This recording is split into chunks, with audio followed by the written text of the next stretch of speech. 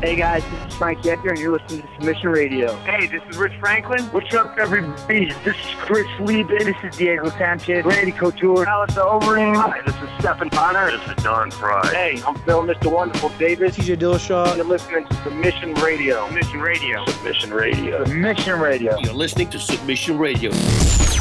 Welcome to Submission Radio, episode 137. It's the 30th of August, 2017. Dennis Krav here with Kasper Rosalowski on a somewhat chilly Wednesday here in Melbourne, where the rain is cold, but the heart is warm because the episode is good. Yeah, I feel like it's perfect. I feel like it's perfect podcast weather. You know, it's raining. You want to stay indoors, maybe put on a fireplace, roast a few marshmallows, or maybe you're just at work and you don't really feel like working today, and so you say, hey, what are the boys at Submission Radio doing? So you've decided to listen to the show, which is a great choice by you because we have some sexy guests, don't we, Dennis? We've got Richard Perez, who hasn't been on the program for quite a long time. I think not since UFC 202, the Nate Diaz, Conor McGregor rematch. And of course, Nate Diaz has been in the headlines recently. Is he fighting at UFC 219? Is it anywhere close to happening? Is Nate Diaz even training? Does he have the taste to come back and fight Conor McGregor again, maybe even this year? So there's a lot to talk to Richard Perez about. And of course, get his analysis, being a boxing coach, on Conor McGregor versus Floyd Mayweather.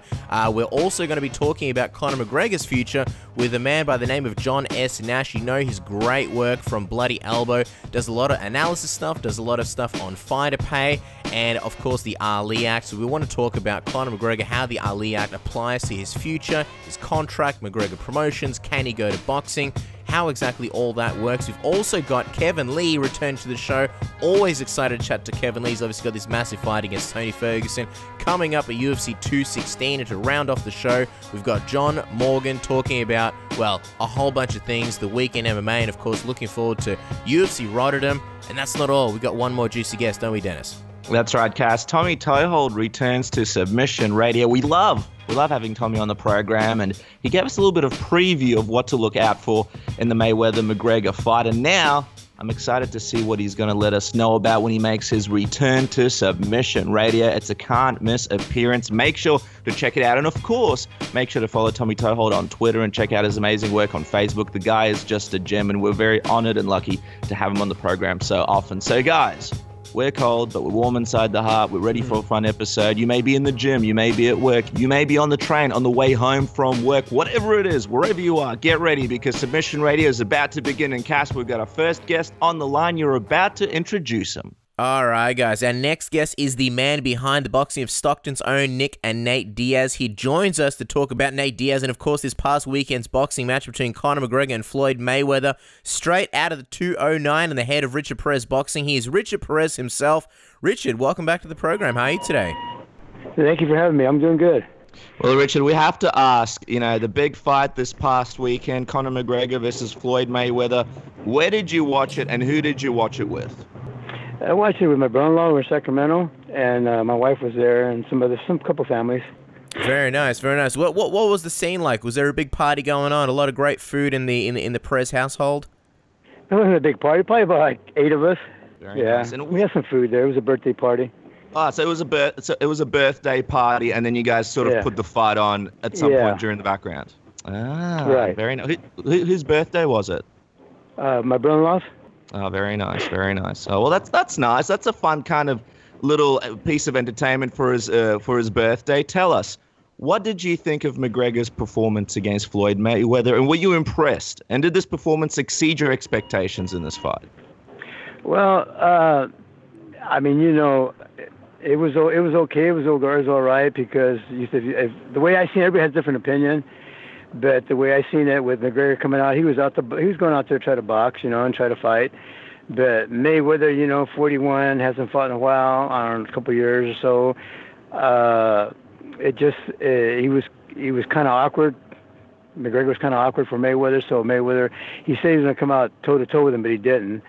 And I thought McGregor did good for the first, 4 rounds, which I thought it was going to happen. But then he started to slow down a little bit. But he threw some good shots in there. If Mayweather would fight the top 5 right now, I don't think he'd make it through because the way he looked that day, unless he wasn't serious, but it seemed like he was, But McGregor, he did all right. What did you think of his jab, Richard? A lot of people, a lot of boxers included, praised him for his improved jab. As a boxing coach, did you like what you saw there? Yeah, I mean, I liked his movement. I liked his jab. I liked his counter punches. He threw a good uppercut. He threw some good shots. It's just his cardio wasn't all there, and he needs more experience in boxing. I mean, he's good. He's okay. I mean, he's got good jab, good counter punching, but the uppercut he landed on Mayweather, it wasn't a real good snap, because if it would have been a better snap, Mayweather would have been standing up. Mm. And I mean, you spoke on BJ Penn Radio about how you expected McGregor to gas and get tired, which he did. How much of it do you think was Floyd's body shots, or how much do you think it was McGregor's inexperience in boxing? Inexperience in boxing, and probably both, because McGregor is an MMA fighter. I don't know how much boxing he does, but I know that the way he throws punches, he gasses out. His cardio's not good enough. Somebody's not training him right to get good cardio. And no matter what you do, he does MMA, he does the same thing. He gasses out, So, and it could have been both, the body shots and his cardio, But everybody knew, well, most of the people I talked to said it wasn't going to go no more than 6, 7, 8. I said, I figured maybe 4, because he's throwing more punches in a fight. He's not just kicking and grappling. So, but it's a 3-minute round, so he did all right. I mean, but his cardio's not there. Mm-hmm. Were you surprised by how long the fight went? I mean, I think a lot of people thought if it was going to get stopped, it might be around the 7th, 8th round. He lasted till the 10th round. Did that surprise you a little bit? Yeah. But after watching it didn't surprise me, because Mayweather wasn't really him. I mean, he wasn't like he used to be. Because if you had fought McGregor, maybe let's say 5 years ago, even 2 years ago, it wouldn't have lasted. I know it wouldn't have lasted. He's just been off for a while, and he's been laying around, and he knew he wasn't going to fight a guy that was real serious, the top 10, So that's why it went the distance that far, 10 rounds. If he were in Conor McGregor's corner, what advice do you think he would have given him? And do you think he could have done something differently to have a bit more success against Mayweather? No, he did fine. It's just, I mean, I guess the cornerman did good. I mean, he's throwing good punches out there. He was. It's just his cardio and his defense. He doesn't have very good defense. And you obviously, Richard, have a lot of history in boxing, but you also train MMA fighters. So obviously you're very familiar with both sides. All in all, do you think the fight was a positive for both sports, in that MMA got the extra spotlight, that one of their top draws got the extra spotlight, but ultimately the boxer still prevailed? Wait, so I'm sorry, say that again? I'm just wondering, a lot of people, they were sort of against the fight in the beginning. They were saying it's a cash grab, it's not going to be competitive. But all in all, do you think the fight was a positive for both sports, for MMA and boxing? Do you think it was sort of good for both sports? Well, it depends on a person's opinion, My opinion, I wouldn't have done it. I wouldn't have allowed it. Because all they're doing is making money. It was just about money. McGregor kept calling out Mayweather, kept, using his mouth. That's how he makes his money. He's good at it with his mouth. And so I guess Mayweather either somebody was telling him in his head, do it, you'll make good money. He's undefeated. He got 2 belts. Not undefeated, but he's got 2 belts in MMA. And, you have a belt, so you can, let's just do it. He's calling you out. So that's to me. I bet it's all about money. I mean, if they had Nathan in there, I would tell him do it. It's about money. So he knew what he was doing, and so did Mayweather. And seeing how Conor did against Floyd, do you think a boxing match against Malignaggi could be competitive? I would love him to fight Nathan Diaz in a boxing match. That's what I want to see, but they're not going to allow it, I don't think, but they should. I mean, that would be a good one, because Nathan can really box. When it comes to boxing, just nothing but boxing. He's awesome, and he spars with Andre Ward. He spars with a lot of top fighters that they want to spar with him. If you had the preference, because a lot of people are talking about this trilogy fight, obviously we'll get into that in a second, but if you had the option of doing the trilogy fight in MMA or boxing, what would you prefer, Richard? Well, to me, it's up to Nathan, what he wants to do. Mm-hmm. He wants the trinity of the boxing. It's where the money's at, If people are going to pay more money to watch the trinity, that'd be awesome. If they want to pay to watch the boxing match, just do it. It's all about money. That's their job. So they're out to try to get the most money they can. That's how they got McGregor and Mayweather. And I mean, the build-up for this fight, has taken quite some time. Have you been training Nate, over the last couple of months during his break from MMA? And what has Nate been telling you in terms of his thoughts as to what's next for him, and if he's maybe interested in going to boxing himself? Well, yeah, he wanted to, but he's got a contract with UFC, and yeah, he's come to the gym and train here. You know, he doesn't come every day, but he comes. He's in decent shape. But as far as doing this, he has a contract with UFC, and then they won't allow him to box, but they allow McGregor, but they don't allow Nathan. You know, they favoritism right there. Dana White favoritism people, and so I mean, he does it to McGregor. Don't get me wrong, against Dana White, but I mean, it should be for everybody. So do you know if Nate tried to box? Because we saw Mayweather speaking about how, you know, him and Nate were talking, and he obviously got his boxing license. Do you know if Nate tried to get a boxing fight? Well, he can't. He's got a contract. He's got boxing license, but he's got a contract with UFC, and Dana White won't allow it, from what I know. I mean, that's just my point of view that I hear and see. But, you know, it's not fair. Because that was McGregor here. It's like opening the door for these MMA fighters. Now, they should all have a right. Whoever can, you know, really box should go out there and do it. But we'll see what happens. Yeah, it's interesting because there's obviously the Ali Act that applies to boxing. So this whole thing is being figured out right now. I just want to go to his relationship with Floyd Mayweather. It seems like they're sort of become closer in the last year or so. We saw he was there in the back in the fight. We heard rumors he was also going to potentially even walk out to the ring with Floyd. What's their relationship like, and why do you think, you know, they've been getting so close and been getting along so well recently? Because they fight. They're fighters. You know, they're boxers, so they can relate. You know, and they've been down to the ground when they were kids. You know, they were they didn't have a good life, and it was a rough life, so they can relate. So they, you know, that lots of times that brings fighters closer together when they know, you know, about each other, backgrounds, you know. Not a guy who's been raised up high class, you know, get a free car when he graduates, a nice car, all that other stuff. No, these boys had to work for this, you know, they had to struggle.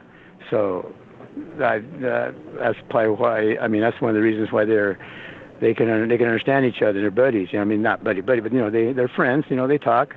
Mm-hmm. I want to go back to a year ago, Richard. You know, considering how successful that last McGregor fight was back in August, you know, and how much momentum Nate had afterwards, are you surprised he hasn't been back in the octagon since? Like, after that fight, did you ever expect that Nate might be away for over a year? Well, then I give him enough money. I mean, come on. I mean, Nathan draws a crowd. Mm-hmm. You know, so does McGregor. So, you know, they wanted to fight again, but they got distracted, and you know, it went a different way because McGregor was calling out Mayweather. But Nathan's was getting his license to try to get in there because we thought maybe it wasn't going to happen. Well, McGregor has his license, maybe they can do it, but it didn't happen. It did happen, you know, Mayweather and McGregor. But other than that, I mean, I just don't know what to tell you about that. Mm-hmm. But as his trainer, Richard, I mean, Nate is seemingly in his prime right now. How hard is it for you to watch him sort of having to sit out for over a year during his prime and not fighting when really, you know, he's at the peak of his performance right now? He's still good. He's still sharp. I mean, I mean, it's not. I think he's still got quite a few years. You know, 31 is. I mean, he's still sharp. I mean, it's like any fighter. What has he said to you as far as returning and fighting again? Have you guys had that conversation recently by any chance? Well, I know he wants to fight McGregor because that's the only moneymaker right there. I mean, Dana White offering fights, but, you know, come on. I mean, are you going to give him chump change? He's worth more than that, you know? And so he's waiting for McGregor. I mean, and McGregor wants to fight him too. So now that this is over with, let's do it, you know? Well, the rumors and speculations are that the UFC may target the trilogy fight between Nate and Conor at UFC 219 in December. If that's the case, how much time do you think you'll need to prepare Nate for the fight? And is that enough time for Nate to be ready to fight Conor? Oh yeah, because Nathan's always training. I mean, it's not. You know, look at they gave him a 11-day notice the first time. I mean, you know, what's the chances are of a guy coming out 11 days before a fight and go out there and get a victory? You know, with the guy who's supposed to be really always fighting in shape, you know. And then just like the second one he had time, but he got injured in camp. So three and a half weeks before the fight, he couldn't run, he couldn't do anything because he had hurt ribs and hurt injured knee, and it surprised me that Nathan came out and just really, I mean, he was getting hit because he was flat-footed. He wasn't really, because he wasn't training, so he was offset. His timing was off, everything was off. But once he started getting in the middle of the rounds, he started getting warming up, got better, and if it had been another minute left, McGregor would have finished him. I'm just wondering. Yeah, his last fight he wasn't in tip. Sorry, you go, Richard. I'm just saying that the last fight he was in tip-top shape until he got injured, and so 3.5 weeks he hardly did anything. We worked on the mitts a little bit, not very much because his ribs were hurting and his knee was hurting, but he did it. He went out there and did it. He did what he could do. So, and I thought he won the fight. It was so close, but I thought he won it. But anyway, so now we're going for 3.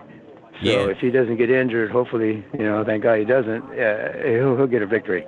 Well, that's right. Now you got this trilogy fight potentially looming around the corner. I'm just wondering, have you heard anything about this being in the works for UFC 219 in December? Have you heard anything about that, Richard?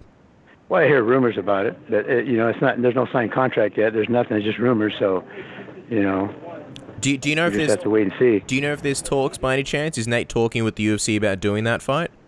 No, I haven't talked to him yet. This is like Broner when he said he was going to fight Mikey Garcia. He was going to fight today. He's going to fight Nate Diaz. That didn't happen. It's just rumors right now. I mean, hopefully it goes through, because that's what Nathan's waiting for. And I know McGregor wants it because it's 1-1 right now. It's interesting. It's 1-1. It's interesting, Richard, because a lot of people are wondering what Conor McGregor is going to look like when he returns to the UFC. Obviously, he spent so much time focusing on strictly boxing. A lot of people believe that when he goes back in there, he'll be sharper than ever when it comes to striking. So how do you think an improved Conor McGregor does with his striking against Nate Diaz in a third fight? Well, see, people don't see this. If Nathan goes to training camp with no injuries, McGregor's not going to have a chance. I tell you that right now. If you watch some of the fights like when Nathan fought Cowboy, Cerrone, Cowboy Cerrone and some other guys, he was on tip-top shape. He wasn't injured or anything. He went out there and did it. He boxed him, and when he's in tip-top shape, he can box. I mean, they think McGregor can box. Nathan can box. Right now, he's last 2 fights he fought him. The first time with 11-day notice, that wasn't enough time, but it was enough time to get a win. Second time he got injured, so he had to lay back. So it laid him back. It put him back as far as being in shape and being accurate in timing. And people are thinking, he's going to come back and be better. No, they don't see the outcome of it, the true outcome of what happened. It's like any fighter. Like Pacquiao, he had a rotor cuff that was messed up. He fought Mayweather. It went the distance that he lost, and that's what I'm saying. These guys are true warriors. They go out there and still fight. So as far as McGregor coming out in the cage and fight, if he fights Nathan, and Nathan gets in shape, it should be a good fight, a great fight, because Nathan can move and he got good footwork, and he can throw a lot of combinations and make McGregor miss, counter off of it, use his reach. So I guess despite Conor focusing strictly on boxing, you don't think the fight would be any more competitive? You think that Nate would still have the edge, correct? Even though Conor sort of had that extra boxing time, Nate would still come out on top. Yeah, right? No, because it's not enough time. Nathan's been doing boxing since he was 14 years old, 13 years old. He's been boxing since then and doing MMA. I mean, he's been boxing a lot. I watch because I've been in the gyms with him, and he's always boxing, always. And then until I started training him, him and Nick, but they were always boxing. They were boxing. They were doing jiu-jitsu. They were wrestling, kickboxing, but mainly their thing was boxing and jiu-jitsu. And it looks like this is the fight that's going to happen. But in the crazy world of MMA, you just never know. If Conor doesn't actually end up fighting Nate next and ends up fighting someone else, will you encourage Nate to take another fight and fight someone else and move on? Or do you anticipate that you and Nate kind of wait till Conor eventually fights him for a third time? Well, I can't encourage him to do another fight. I mean, he has to feel comfortable about it. He's a fighter. If you're a fighter before, you understand that you just can't push a fighter to do anything as far as that what you're talking about, because their mind has to be thinking right. If you force them into something, they're not comfortable about it. Then they're not going to come out. They're not going to come out in the long run good. So I let him sit back. He talks to me about it. I give him some advice, and he takes it from there. You know, he has to feel in him that it's the right thing. Sure, of course. And I mean, when he's spoken in the past, and from what you understand, is there anybody else out there in the UFC that Nate has any real interest in fighting apart from Conor? Is there any other name, any other personality that gives him any interest in returning? He could fight anybody if UFC give him the money. You know, I mean, you know, he made money with McGregor. Now they're going to take him and give him less pay now? No. It's like having a job, and you get a job and they give you a raise. Then they decide to lower your pay? No, that's not right. And that's what they're doing right now. You know, like Nick, same thing. You know, they don't want to give Nick enough money to fight, so he doesn't fight. You know, you give a guy a bracket, a paying bracket up on top, and then you're going to drop him down. You know, I mean, they draw on the crowd. And for a long time, you know, Dana White has kind of said that he didn't believe Nate Diaz was a huge draw, but we've seen some big results with his fights and his fights with Conor McGregor. Why do you think the UFC is still not at a place where they're willing to pay Nate Diaz, you know, big money, even though he's had some, you know, big pay-per-views and big fights throughout his career in the UFC? I don't know. Your answer is as good as mine. I mean, I puzzled about it too. You know, I get puzzled about it too. I was thinking, like, what the heck? Why are they just picking McGregor when they got Nathan and they got Nick, you know, that draws a crowd, a big crowd, but yet they choose one guy and they just tag him, they just pick him up and carry him through. You know, it doesn't make sense to me. It doesn't make sense to a lot of people. A lot of people tell me that, you know, but I can't do anything about it. It's UFC and Dana White, you know. And Dana White says, oh, yeah, I offered him a fight. Yeah, he did. He offered Nick a fight, 2, 3 of them. He offered Nathan, but they're not going to go down on pay, you know. I mean, if he did that to McGregor would be very upset. Do you think, you said that with those fights, you know, I'm imagining you're talking about Tony Ferguson and Eddie Alvarez, the UFC wanted to go down in pay. Are you confident that with this McGregor rematch, there shouldn't be any issues because of the business that they did last time and how much they drew, that Nate will get paid what he deserves? Oh, it should be big time pay. This third one should be big time. I mean, it's the third fight. It's the one that's going to tell, you know what I mean, who's the winner, and it's going to be Nathan. That's what it is. That's what people want to see. I hear it all the time. Even you, in your back of your head, you're thinking about it too. You know, that would be a great fight because it's 1-1, and on record, it's 1-1. So everybody's curious, just like they were curious about McGregor and Mayweather. They were curious about that, even though McGregor was 0-0 in pro, and a real boxer sees that, so that's a joke. But other people that just want to see a fight, just want to see because they're curious, they draw a crowd, and they get the money they want. And I'm just curious, do you know what Nate, you know, what exactly Nate is asking for? Because the salary for UFC 202, the last fight, Nate got $2 million. Is it a case where he wouldn't be satisfied unless he's getting more than that? He's getting a pay raise. Is that the case here? Oh yeah, he should get way more. If he fights McGregor again, a lot more. They should be together, not just a big gap, you know, because that's, you know it and I know it and everybody knows that would be a draw of a crowd. I mean, it would be outrageous because they've fought twice already, and they need that third one. And people will pay to see that. They would pay. It would be so packed. I mean, TV shows, a pay-per-view. You even know that. I mean, I'm not trying to put you in a corner or anything, but I mean, it's true. Yeah. Do you think that's why McGregor wants this fight so much? Because he knows and he understands that, you know, the biggest business is with Nate Diaz? Yeah, and he knows that it's 1-1 on record. It's 1-1 already. He knows he's got to clear that in his mind. And any fighter, they don't want to leave it like that. A real fighter don't do that. They don't leave it as 1-1. What do you think is fair, Richard? You know, if Nate got $2 million last time for UFC 202, what do you think's fair this time? How much should he be getting this time? At least 20 million, 30 million. Come on. Then UFC's making a whole lot of money. A whole lot of money. And they're pocketing it. They're giving more to McGregor. So it's not fair. You know, because it takes two in that ring to draw a crowd. Good two fighters. It's just like Mayweather when he fought. I can't remember the guy's name. It was not even sold out at all. It was embarrassing because that guy tried to draw a crowd. Yeah, Yeah, I mean, see, that's what I'm saying. It's the fighters that draw the crowd, and Nathan and McGregor would the third one would be outstanding. I mean, everybody knows that. So he needs to get paid at least $30 million easy.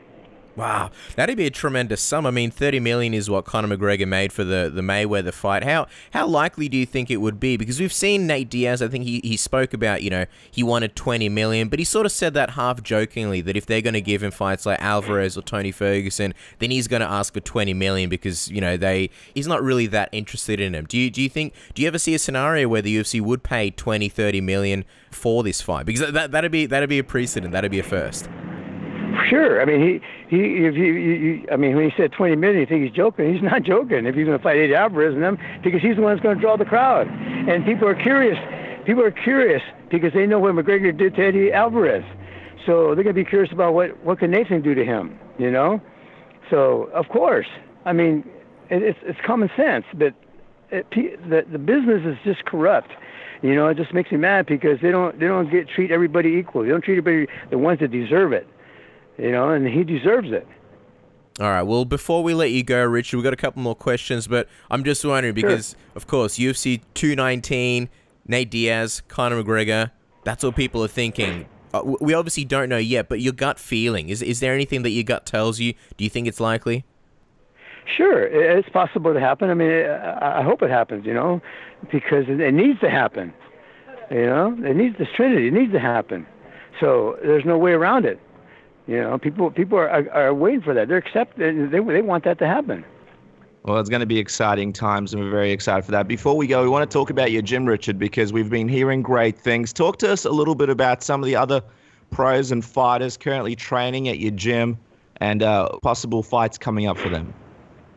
Well, I don't have any right now. I mean, I have some guys just coming down here and they train. They're not top of the line right now. They're like they fight at casinos.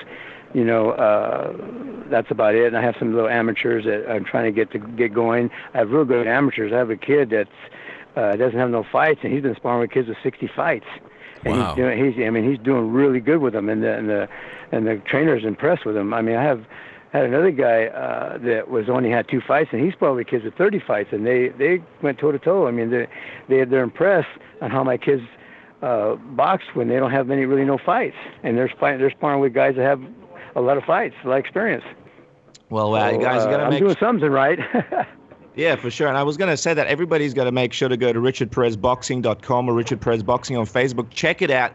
Go to the gym. Train with Richard. He's one of the best out there, and we hear great things about the gym. Richard, as we wrap up the interview, we really appreciate your time. Final question. If this third fight between Nate and Conor does go down in December, what's the official prediction? How do you see this one finishing?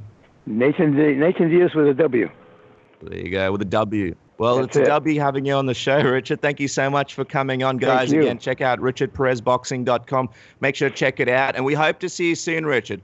If you're looking for a holiday, thank you so much. Thank you for your time. Thanks so much for jumping on the program. All right, God bless.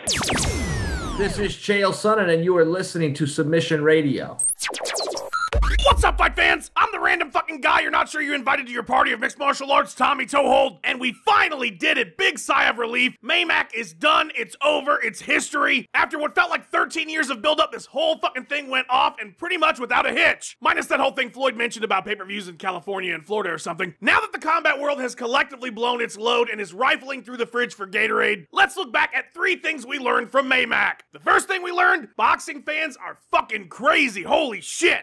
I mean, MMA fans are fucking crazy too, but the reaction to this fight after it was all said and done is baffling. You'd have thought Conor McGregor cheated on their mothers and punched an elderly man in the face who happened to be their long-lost grandfather. I mean, holy shit, he didn't win the fight. What are you so fucking pissed about? Apparently, boxing fans are John Wick and Conor McGregor killed their dog. Boxing fans felt like this was some sort of invasion, but it was basically a fucking exhibition match. It was Ali versus Inoki. It was Rocky versus Thunderlips. Just because they made a ridiculous belt for this fight doesn't mean it had any real meaning. I just described most boxing belts, but the point I'm trying to make is whether Conor won or Conor lost, this wasn't going to make or break boxing because boxing's been against the ropes for a while now. Which brings me to my point about boxing fans. They're fucking crazy because they see everything as a death knell for their favorite sport. Relax, you bag of crazies. Your sport has been dying for 30 years. I'm sure it'll be fine. The second thing we learned, you can go 10 rounds with the best boxer in the world if you're one of the best fighters in the world. Shocking, right? The predictions going into this thing were fucking insane. McGregor won't land a punch? Really? Holy shit, if MMA is that far behind that one of the pound-for-pound punchers in the world can't land a punch in a punching contest, this sport is something apparently anybody could do. And it went pretty crazy the other way, too. I mean, how can anyone expect a hockey player to beat a speed skater in a speed skating contest? Yeah, they both skate, but the hockey player has a lot more shit to worry about. Given the circumstances, I thought Conor looked fucking great in there, and I had fun. And ultimately, that's all that matters, right? Which is my third point. Who fucking cares who wins these things? Who fucking cares what sport was better? It's clearly MMA, but that doesn't matter. What do we watch fights for? We don't watch them to win ourselves. We're sitting at home shoving mozzarella sticks in our mouths while people who train their whole lives put themselves through 8 weeks of hell, then cut weight and then beat each other savagely for our entertainment, which is what Maymac was. It was entertainment. And I had a great fucking time. That's all that matters at the end of the day when it comes to sports. These are people who wear pajamas for a living, that play a game and get bucket loads of cash for it, but at the end of the day, it's just entertainment. So next time a Maymac comes around, everybody chill the fuck out and just have some fun with it. Submission Radio, you guys are seriously the fucking best. I'm Tommy Toehold. See you later, fight fans. Hey, this is Ariel Helwani, and you're listening to Submission Radio with my two favorite mates, Dennis and Casper.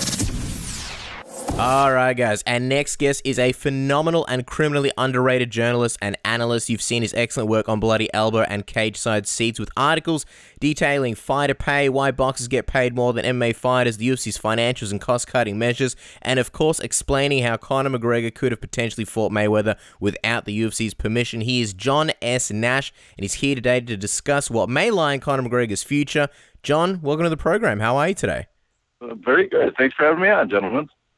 We are happy to finally have you on the show. And before we get into it, just curious about the influences that you have as a journalist, because, you know, you've decided to write about very specific topics regarding things like fighter pay, the UFC's finances, you know, the more detailed aspect of fighters and, you know, contracts, the Ali Act, things like that. So just take us through a few of your influences and what kind of brought you to those topics.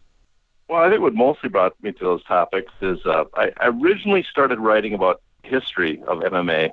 I focused mostly on early 1900s. You know, I mean, since you guys are from Australia, Professor Stevenson, if you remember, versus Sam McVeigh, one of the first MMA fights in Australia, or what stuff like that. Mm-hmm. And then I was just, you know, it's a hobby of mine to write about MMA more than a real profession, but I can't compete with. There's people that are just really good at what they do. You guys are really good at interviews. I'm terrible, but I should not really be on camera and my voice should not be on the radio that much, so I'm not going to be doing interviews.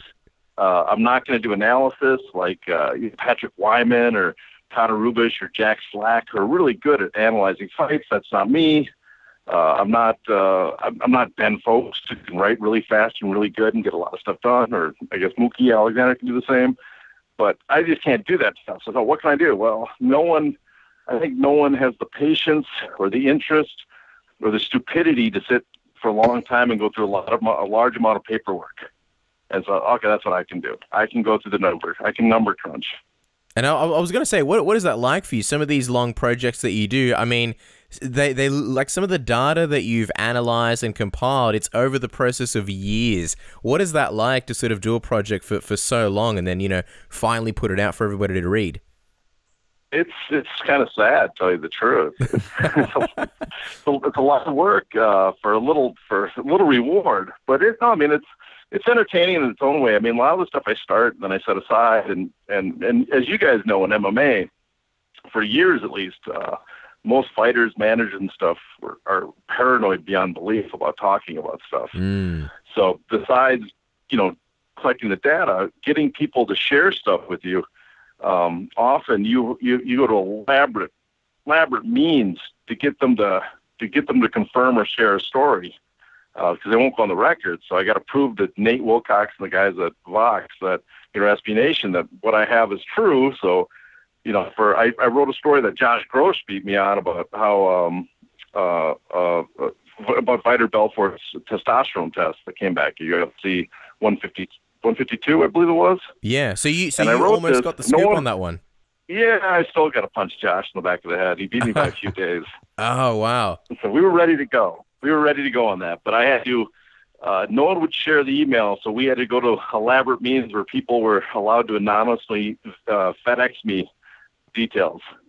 Wow, that's crazy. That's how paranoid guys are. Wow. Be honest with us, Jon. How many times have you broken into Dana White's house? Get the information that you need. How many times I broke into the White House? You know, unintentionally or accidentally? By drunk. I'll play the fifth. That makes a lot of sense. So the S in John S. Nash stands for secret agent, correct? That's what we've suspected all along. That's close enough, yes. Yeah, it might be sneaky. Better than what it really stands for. Either way, the work has been incredible. And we wanted to get you on to talk about this whole McGregor-Mayweather situation. I mean, during the post-fight presser this past weekend, Conor McGregor labeled himself a free agent and seemed to invite offers for his next fight. Is there any truth to Conor calling himself a free agent now that he's boxed professionally? And is he covered by the Ali Act? And can he choose his future promoter? I think that there's a lot of open questions about some of that stuff there. I don't think he's honestly, I mean, Conor says a lot of stuff that might not be true, but he seems to convince himself in the world that it's true. So he keeps saying it, so that's good on him. He has, The Secret. He read The Secret and apparently he's following it. Maybe I should buy that book because it apparently seems to be working for him. But he's not, I wouldn't argue he's an actual free agent, but I think he's trying to send out the signs, or at least sending out some sort of a message to the UFC that we better come to an agreement that's more acceptable to me, or there's certain roads that can go down that can be troublesome for both of us that we would rather not have me go down. Yeah, and speaking of those roads, does the Ali Act and its jurisdiction now in any ways extend to any MMA fights he has now that he has boxed professionally, or is it only if he boxes that it's applicable? I guess that's a question. I mean, that's a big question. If he goes to court, I guess it has to be decided in court, because it's possible, it's conceivable that if he really wanted to, he could argue, and say, listen, I am protected by the Ali Act because not only have I boxed, but the UFC has now become a Zuffa Boxing. They are a boxing promoter. They've declared themselves a boxing promoter. So since I box and you declare yourself a boxing promoter and boxing is covered in the UFC contracts, I should be protected by the Ali Act. And since I'm protected by the Ali Act, your contracts are in violation of the Ali Act. So we should void this contract. I mean, there's no guarantee that would happen, but you could conceivably make that argument. And what do you think about the potential Paulie Malignaggi fight, if that's what Conor does decide he wants to do next? How would you see that potentially coming together? To me, I think that's just that's a form of leverage for him with the UFC. It's just something sitting on the side that if he can't get the fight or the deal he wants with the UFC, he can go back and kind of try to make the same deal that he had last time with Mayweather, but this time him getting instead of a 70-30 split with him only getting like 30%, he could ask for like 80% of the revenue. So I would see that coming together only if like he wants a Nate Diaz fight with the UFC and a lot of money and the UFC bulks, and then he could say, well, I'm going to go call Showtime and we're going to try to put this fight together, and we'll go through the same process we did last time, where you can either fight me on it or jump on board and we can go along together. Do you think the UFC would ever be open to that? Because we can see with WME IMG, their plan is pretty clear. They're going for the money fights. They want to make up for that $4.2 billion purchase. Do you see any scenario where they'd be interested and say, hey, if this draws, this is a good way to make money? Or you think they really do just want him sticking to MMA? I really don't know what's going on with William Morris. It seems like anything that has, a dollar sign attached to it, they seem open to right now, compared to the Fertittas were very protective of the UFC. So, I think a Nate Diaz fight sells a lot more than a Paulie fight right now. But, that's, again, you got to get him to agree to fight in the UFC on the terms they want, or at least, come to agreeable terms. And if they don't, he's got the Paulie fight to kind of, hold over him. You mentioned Zuffa Boxing before. What do you think about it? Do you actually think the UFC wants to promote boxing matches, or is it just a way to promote any of McGregor's potential future boxing bouts if somehow he does have any more in the future? I'm not 100% certain what their plan at that is. I mean, it could be, I've just taken a guess myself. My two thoughts are, one, that it's something for Dana White has argued for them to do, because Dana White is a huge boxing fan, and I think you'd like to be a boxing promoter as well as an MMA promoter. So that could be, he talked him into this. The second option is that, as we were talking before about how potentially Ali Act problems, if McGregor and other people took him to court over the Ali Act, if they have Zuffa Boxing Maybe that, yeah, sure, maybe you could say that you could force the UFC's hand, but then guess what? You can't get out of your UFC contract. What you do is you get into a Zuffa boxing contract. That'd be a really interesting way for it to sort of play out. And obviously, one of the more interesting stories in the Maymack aftermath is just exactly how will this affect, McGregor's future negotiations with the UFC in his future fights. He got $3 million for the Diaz rematch, $3.5 for the Alvarez win. Now he got $30 million guaranteed for Mayweather. Not to mention Jon Jones basically took himself out of the race as a potential number 2 draw. What are you sort of expecting from McGregor's next negotiations as far as if it is this Nate Diaz fight? One thing is that the UFC's set up where their revenue, what they want to make on the business based on, because we have their documents that they release to lenders, that what they're telling people they're going to make, they expect to make hefty profit. And they, on one hand, they can't give McGregor boxing type cuts like boxing stars get, because then they won't make the type of money they say they're going to make to their lenders and to their investors. On the other hand, if they don't pay him, then they don't get McGregor and they don't make any money. So my guess is that they're gonna at least offer McGregor's going to try and demand something like the offers that people were rumored or guessing that McGregor used to be making, 20-25 million a fight. If it sells like 1 million and 1.5 million pay-per-views, from everything I heard, he wasn't making anything close to that before. But now, I think they almost have. He's sitting on tens of millions of dollars. Do you come back to fight Diaz again for like $7 or $8 million? I don't know. I don't think so. I think you'd say, well, I'm looking forward to the fight. Call me when you match the offer that I want, $20 million. What do you make of Dana White saying he'd give Conor an ownership stake in the company, something he's demanded for a long time? And how realistic is it that it actually happens? Do you think it's a way to attempt to stop Conor from jumping over to another promoter, or maybe even a way to make his pay a little bit lower but level it out with some stakes in the company, something like that? Well, I wrote an article a few months ago making that argument that they should give him equity in the company. And I wasn't 100% serious because I didn't think there was any chance it would happen. But now I think it might happen, because if you think about it, they cannot afford to pay McGregor what he really deserves. Because if they pay him again, like I said, they pay him that much, they do not make the profit levels that they've promised people they would make. So the solution would be give McGregor a small percentage of the company, so McGregor has an interest in seeing the UFC do well, but it doesn't interfere with the profit levels of the UFC, so that their lenders and their other partners that invest in the company won't get mad at William Morris. So on that, I could see it. I could conceivably see it. They say, hey, for every additional fight you fight with the UFC, we'll give you, I don't know, I'm just making up a number here, we'll give you 0.25% share of the UFC. It's valued at $4 billion. That's 1/4 is $10 million extra in value per fight we're throwing onto your normal contract. And for sort of layman's like us, so just to sort of understand it, so he'd get say X amount of shares, and then he wouldn't see any profits unless he sells those shares, right? Or is there any other ways that he can make money? Well, he'd get a percentage of whatever the company's profits is. He would get his share of the company's profits. So if they made $100 million after taxes and after all their other expenses 1 year, then he would get, if he had 1% of the company, he'd get $1 million on top of his purse. I think he'd still want to get paid his current purse. I don't think they're going to get him to take just shares.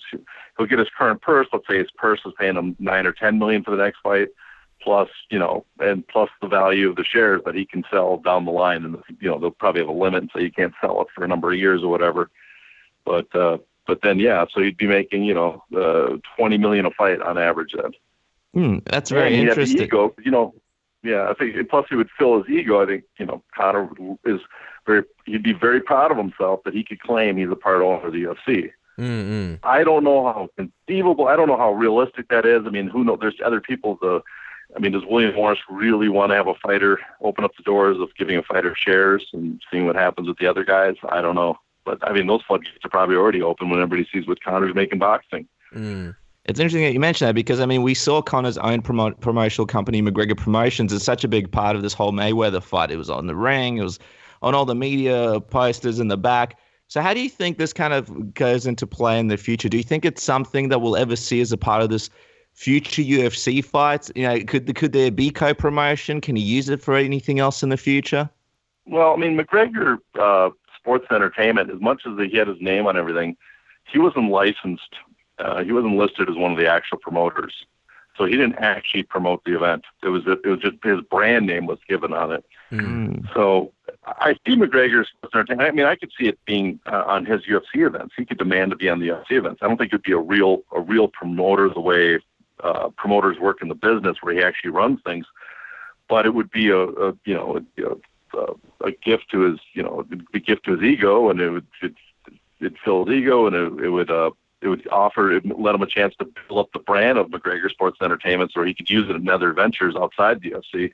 So I could possibly see him doing that. I mean, there's a lot of value in having his name up next to the UFC as a co-promoter, even though he realistically isn't. I mean, basically, you're asking him to do the M1 deal that the UFC refused to do with Fader. Yeah. So, which would be a shocking turnaround if they gave McGregor the deal, but they didn't do it back when Fader was discussing fighting Brock. I'm just wondering, John, if Conor decided, let's say he really takes advantage, and he can, and it's applicable to take advantage of the Ali Act, and he decides to fight outside the UFC under a different promoter, for whatever reason, hypothetically, or for some reason promote himself. You've done a lot of research, you've collected a lot of data on fighter pay for MMA and boxing. How much do you think he could possibly earn compared to his UFC purses? Do you think there is a possibility where he could earn more on his own, or do you think, if he wants to make as much money and have a promoter behind him, his best bet is to stay in the UFC? Well, I think up to now, if you look at his old purses, or what I've been told what he really made after the Diaz and Alvarez fight, he could easily make more on his own without even selling anywhere close to what he did with the UFC. But he could never equal what the UFC could pay him if the UFC wanted to pay him more. In other words, he could find a challenge. I guess he'd have to find an opponent that's big enough to actually help sell tickets. But if he could find an opponent that's big enough, and then he'd go to Ireland and he could sell out Croke Park and sell all of it, he could probably net himself 10, 15 million easily and pay his opponent $1 million. But the same event the UFC is doing, they would clear 50 or 60 million, and they could probably double his pay and still make 20 or 30 million themselves. This whole chat and the fact that people are seeing the money that he made from the Mayweather-McGregor fight, the athletes in the UFC, the fighters, the champions, and Conor McGregor himself going possibly back into MMA and making even more money. How do you think this affects other fighters' salaries in the future? Because we know there's a lot of them looking at the paychecks that he's getting and looking at the paychecks they're getting and wondering why the difference is just so vast. Yeah, well, I think they've woken up. I mean, actually, a couple of years ago, they've woken up the fighters with the sale last year. After selling the UFC, you can tell fighters have been a little more animated and asking for more. And this is just, you talk to fighters, and I know you guys talk to fighters, but you can tell that a lot of them are a lot more attuned to the fact that there's a lot more money being made. They look at boxers and they're amazed that boxers make that much, especially with boxing events. Forget the monster Mayweather blockbusters. A lot of boxing events don't make what UFC events make. And yet they look at those main guys, those guys headlining the shows, and they're all pulling in $700,000, $1.5 million. You look at an Adrian Broner, who's a star in boxing, kind of a star in boxing, but he's not a major star. There's much bigger stars in MMA that are making half, a third what he makes per fight. Yeah. To answer your question, I guess I think a lot of fighters are going to start asking for more. The question is, can they get more? What do you think needs to happen for that change to take effect and for fighters to get more, especially compared to boxing and the higher upper echelon guys in boxing? I think if we're just talking about the top guys, it's going to be really hard for most fighters to make more because, sad as it is, they're somewhat replaceable. Most people tune into who's at the top of the card. For the top guys to make more, you're going to need you're going to need more competition. That's simple as that. You're going to need serious competition for the UFC in the sense that there's someone else out there that can stage fights and have fighters available that stars. Because right now, if you're a big star, you might be able to make more than another promotion if you have the right fight, but there's no other fighters out there that you can fight in another promotion. All the big fights are in the UFC. So that's the only way there's going to be more money is some form of competition. And right now, but I guess for a lot of fans, it's probably not desirable. They like the UFC having all the fighters. So it's kind of a catch-22.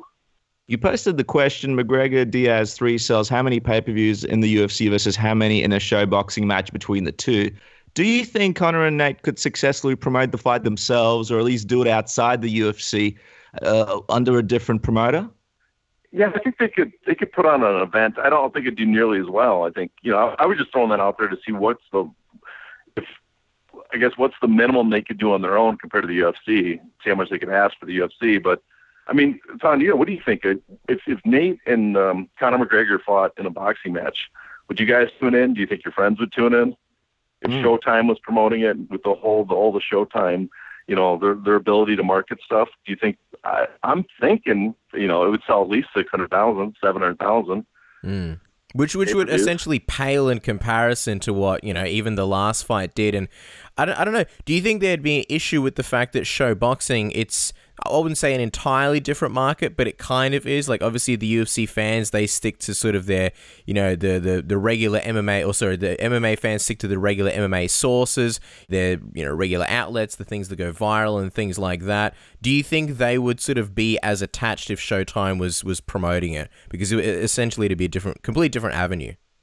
Yeah, well, I think a lot of fans, I think you're right. There's a lot of fans that are UFC only.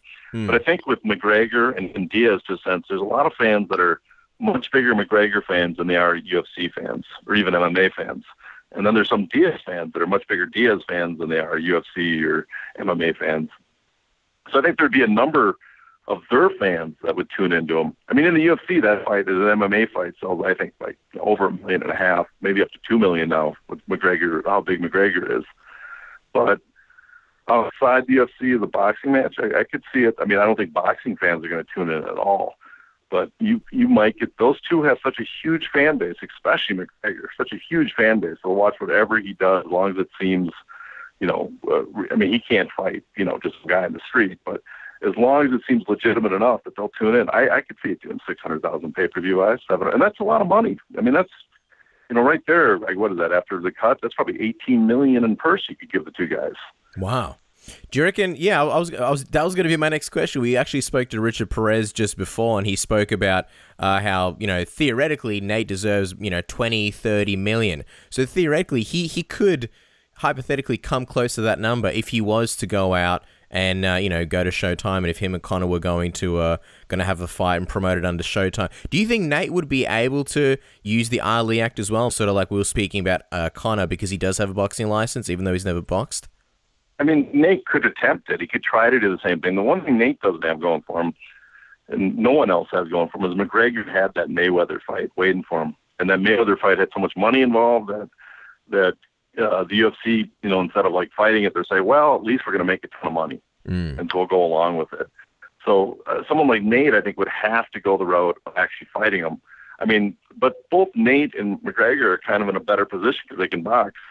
Randy Couture could never attempt something like this because George St. Pierre could never attempt something like this because there's no money fight for them outside MMA.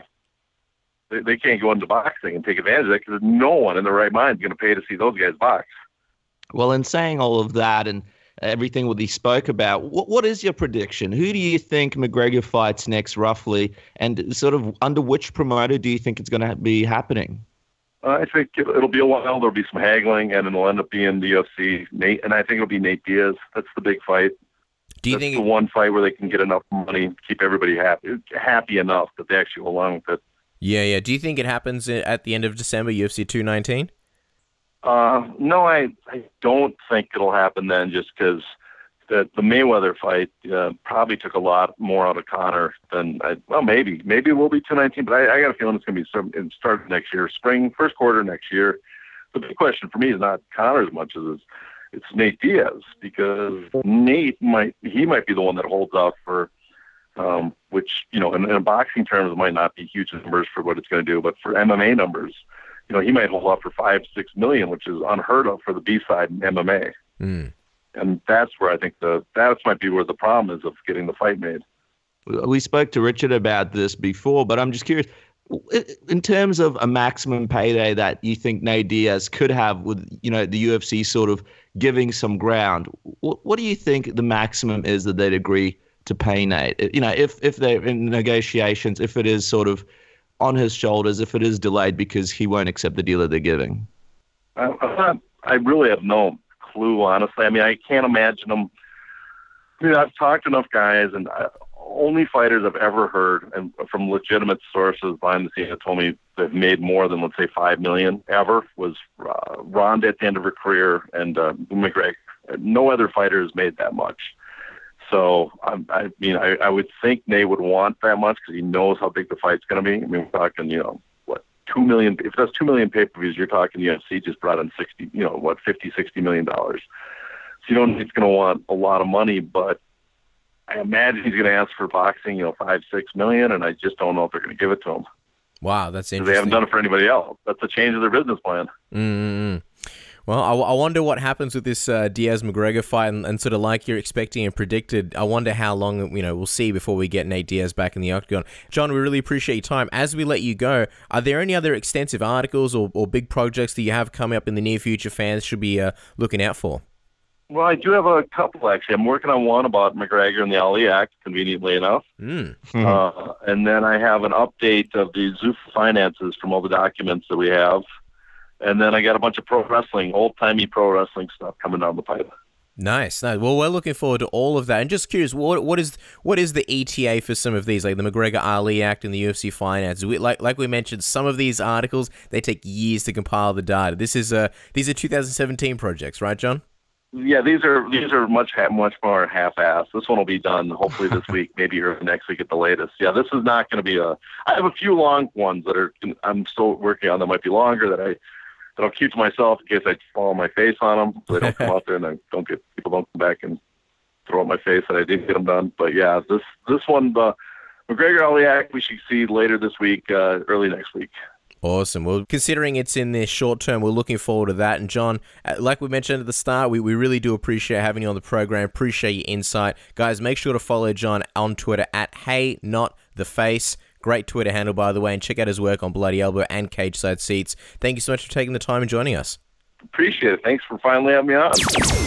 Hey, this is Jimmy Manuel. You listen to Submission Radio.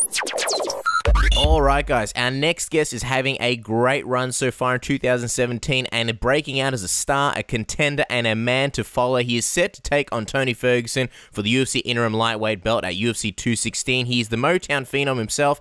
Kevin Lee, welcome back to Submission Radio. How's it going? Yo, what's going on, my man? Good to see you.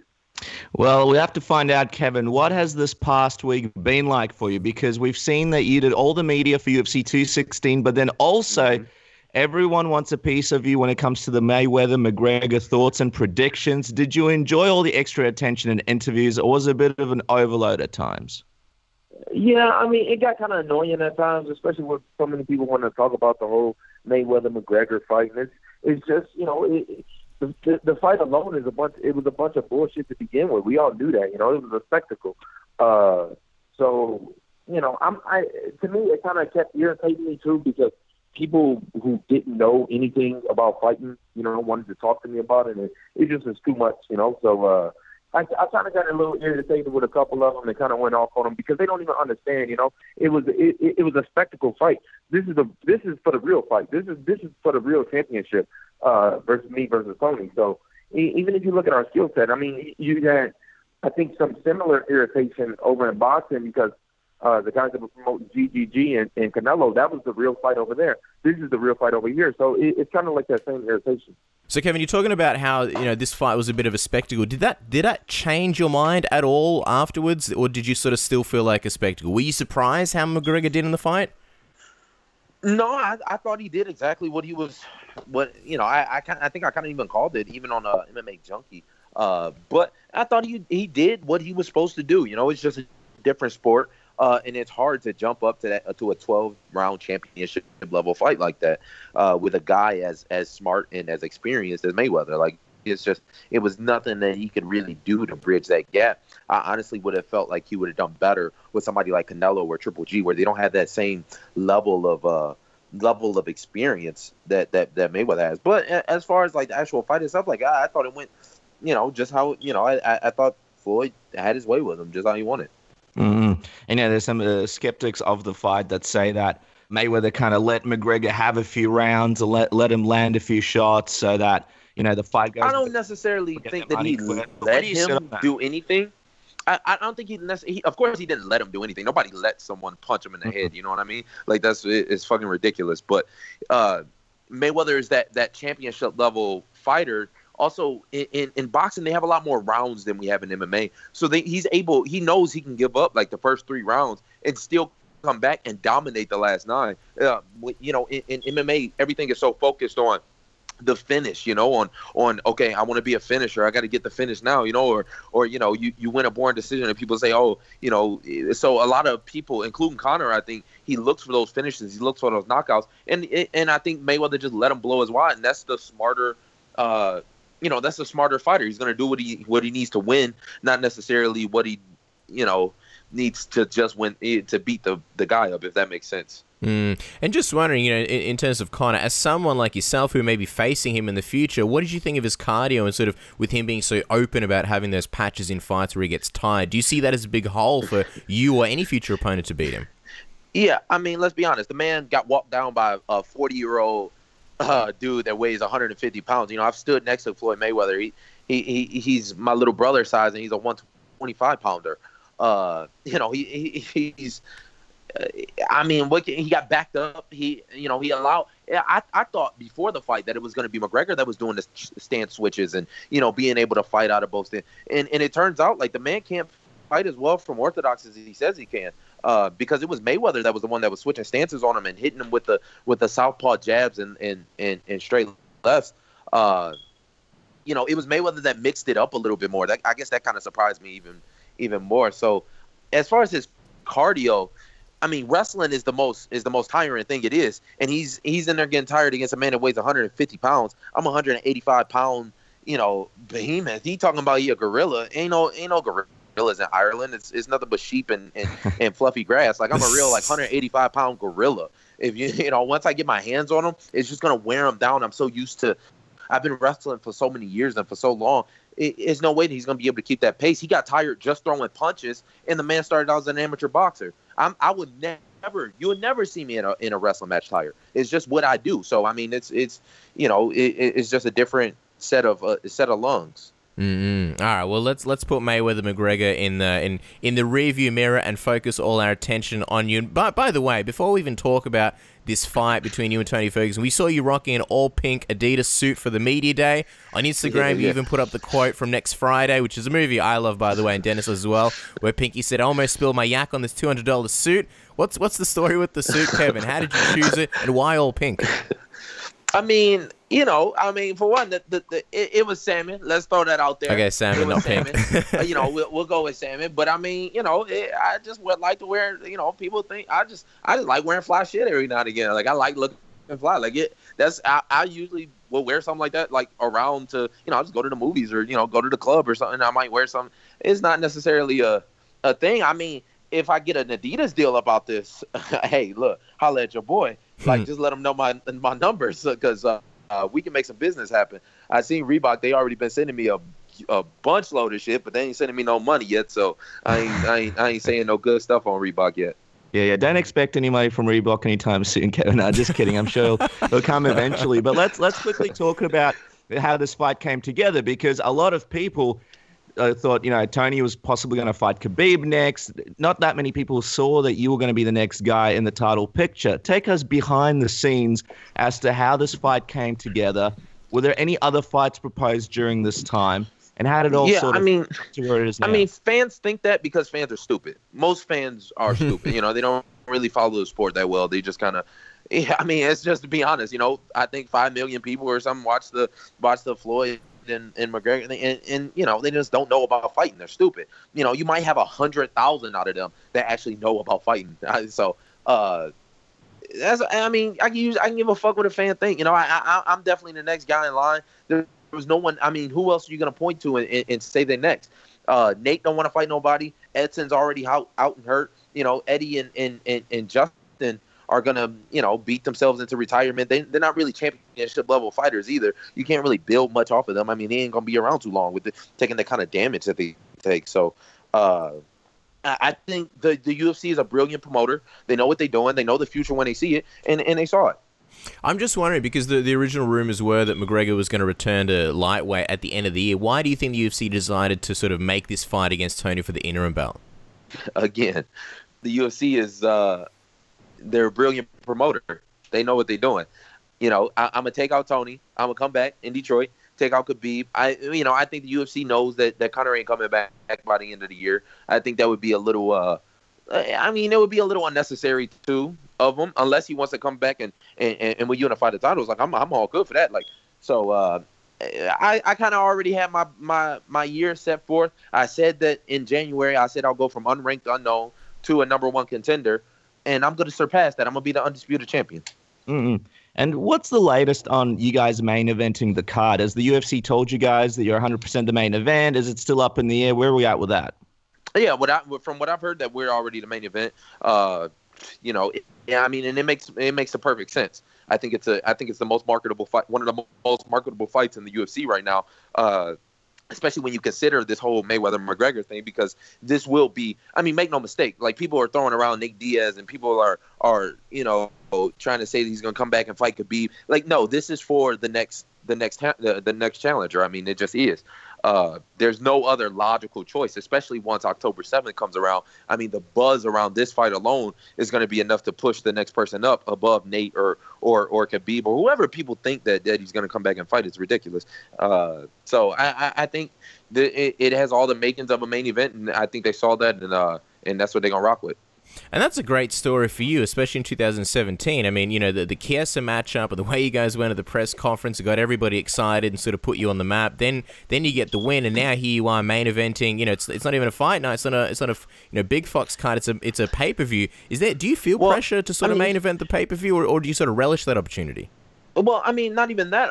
I had a fight in March against one of the toughest guys in the division. 3-time world kickboxer champion. And people underestimate that kind of experience like that. On top of having more MMA fights than me, it was one of my hardest fights, and I've shown that I was able to come back from adversity and still crush a guy that can beat a lot of the top guys in the world. In March, down in Brazil, away from home, with all the fans against me. So I think that fight more so than even the Chiesa fight is what I really take away from it is, that's one of those experiences that you just can't make up for in the gym. So as far as like the year itself, like it went exactly according to plan, how I knew it would. And, I'm just one of the very many that have, last year was Cody Garbrandt's year. The year before that, Jon Jones did it. And this is my year, and it's no different. It's like Ocean's 11. Everything is going to plan. Let's talk about this new contract for the fight. You told MMA Junkie that you're happy with the contract, but you went back and forth with the UFC. What was the initial sticking point in the contract that made you guys sort of do the back and forth? Yeah, I'm happy with it. I ain't gonna, I ain't gonna hold you up. I'm happy with it. The initial was, they didn't want to give me. Look, I'll just say this. I'm happy. Look, at the end of the day, they came with a number, and I was like, okay, that's what I've been talking about. Like, let's go. That's all I can really say. I can't really get into too much with it. Okay, and as far as the contract, the reason you're happy with it is because of the number, the money that you're getting, right? There's nothing wild in the contract. There's no extra stipulations. It just comes down to the number they gave you, right? Oh no, that's what it is. But you damn sure right. I got a Conor McGregor clause in there, so I'm even happier with that. You what? Do you have a Conor McGregor clause? I ain't gonna look. I can't give away all the details. What's the Conor McGregor clause? It sounds like an interesting clause. Better than Santa Claus. You can't torture us like this. Give us something. It sounds like Santa Claus. That's what it is. But it's the Conor McGregor clause. So how would the Conor McGregor clause come into play? So what if you win, or assuming you beat Tony Ferguson, you fight Conor? Is that the Conor McGregor clause? That's the fight to make. Regardless, whether you look at it from an entertainment standpoint or you look at it from a sporting perspective, I'll be I'm the interim regardless, and within a month, I'm going to be a world champion, and it's going to be for the real world championship. So after this, I might even, I'm going to look at my options. As far as I'm concerned, McGregor just got beat up by a 40-year-old man. You know, he gotta kind of prove himself a little bit. Like, I mean, yeah, the money and all that is gonna be good. It's gonna be great.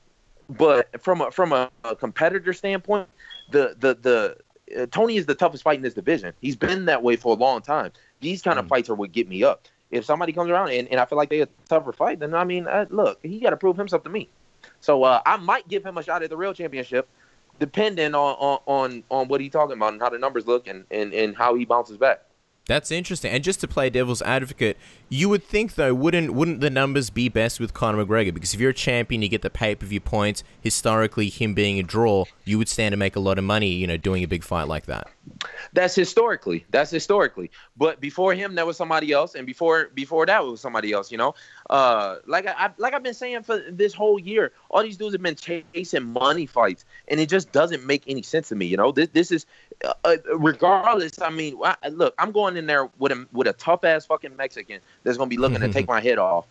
You know, with an iron jaw, and he's got an endless gas tank. So he's the toughest fight. To me, that's what gets me up more. As far as like the money gonna look, it might be different, but it ain't gonna be that different versus Conor. You know, I mean, you talking about extra what 200-300 G's? Like, I mean, you know, it ain't gonna be. Look, I'm making millions versus whoever. If I end up fighting Khabib after this, I'm still gonna make millions. So, I mean, look, it's only gonna build. Like the smarter guy. I mean, patience is a virtue. You know what I'm saying? So I ain't been chasing after nobody. These motherfuckers is chasing after me. I tell you that. I tell you, Conor McGregor has been a fan of mine for a long time, and he's been watching my filming. He's been studying me because he's trying to get ahead of the next generation the same way that I'm trying to get ahead of the next generation, these 21-year-old kids that are coming up. So, you know, I ain't really chasing them. And the bottom line, he'll come back. He'll chase me.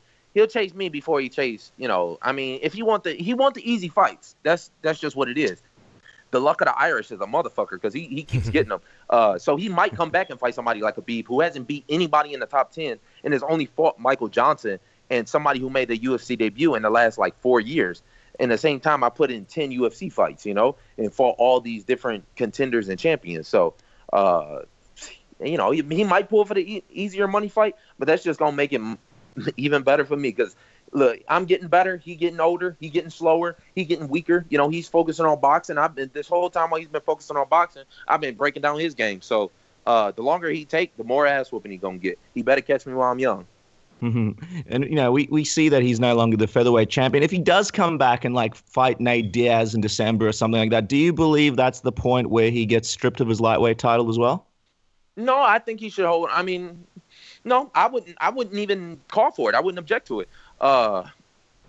As far as I'm concerned, I'll be the undisputed champion. So I really could, you know, give a damn what they consider his baby boy title. You know, he did his thing down there, and like I said, he had a hell of a luck of a draw in getting to fight Eddie in his first fight. So, you know, hey, how can I hate? No hating from Kevin Lee. Let's talk about this Tony fight, because obviously you guys had that infamous Fox post-show moment, and he said basically that you needed to work harder to be on this level. How do you feel now, sort of, that you have that opportunity to come down and show that you are on his level, if not better? Is that motivation for you? I'm going to show him on October 7th. I tell you that. I mean, of course he's going to try and downplay me. You know, that's a smarter move to make. I didn't take Tony as a smart man, but I will give it to him. Like, that was a smart move. You know, if I was one of these other, you know, bitch fighters, I probably would have gave into it. But, you know, me and Tony, we both know the deal. Tony knows the deal. If you know, he can play it up as much as he wants to, and if he don't, well then I'm gonna have an easy payday on October 7th. But as far as like, he know the deal. You know, we went to the same college together. You know what I mean? So he been knowing this. It's been coming for a long time. So it was just a matter of time before we ended up competing against each other. You know what I mean? So he been knowing it. He been running away from it for a while too. We knew about the fight August 1st, and he was still trying to go back and forth with Khabib on Instagram like a week later. You know what I mean? We knew about the fight before anybody did. I've been started training camp for it. So you know, he gonna try and avoid it the same way that Conor gonna try and avoid it. You see, none of these dudes put my name in their mouth. They talk a lot of shit about everybody else, but none of these even Chiesa said a lot of things about that stoppage, but one thing you didn't hear from him is that he wanted to do it again. I'm curious because he said you guys went to the same college. Did you actually know each other in college? Do you have any stories from back in your college days, or any interactions or stories that you heard about Tony? He came out a year before I went in. He's got me by a few years. He wrestled all 4 years there. I wrestled 2 years there, and then I went on into pro MMA. So but look, he would always come back. Come on. Look, Tony's a fucking weirdo, and so I don't really hang out. I never hung out with him. When you talk to the man, you'll know what I'm talking about. So I ain't never really had many interactions with him. I kind of, I would see him around and I keep it pushing because the man's just a fucking weirdo, but he still know the deal. I'm wondering what you mean by in terms of weirdo, and also whenever you guys are around each other, it gets pretty intense, it gets a little bit heated. Is there a general sort of dislike towards him, or is it just a competitive rivalry between you guys? I mean, it's both now. He made it personal by walking up on me at International Fight Week, and it just ain't gonna be no disrespect without no retaliation from me. I'm just gonna, if he doing shit like that, I'm gonna give it back to him. It's I guess you could say it's a mixture of both. I mean, I just told the man straight up like it is. His analyst skills are terrible. So I mean, the man, he not that bright. We went to the same college. He ain't that smart. So you know that. Yeah, well, you guys shared a heated face-off on media day where the two of you went back and forth. Did you take anything away from that face-off, and what did you see in his eyes? Yeah, hesitation. That's what I saw. I saw straight through those little cheap $10 glasses that he liked to wear with the headphones. Hesitation. I saw him. Look, I saw it. We saw it. He know. So we'll see October 7th.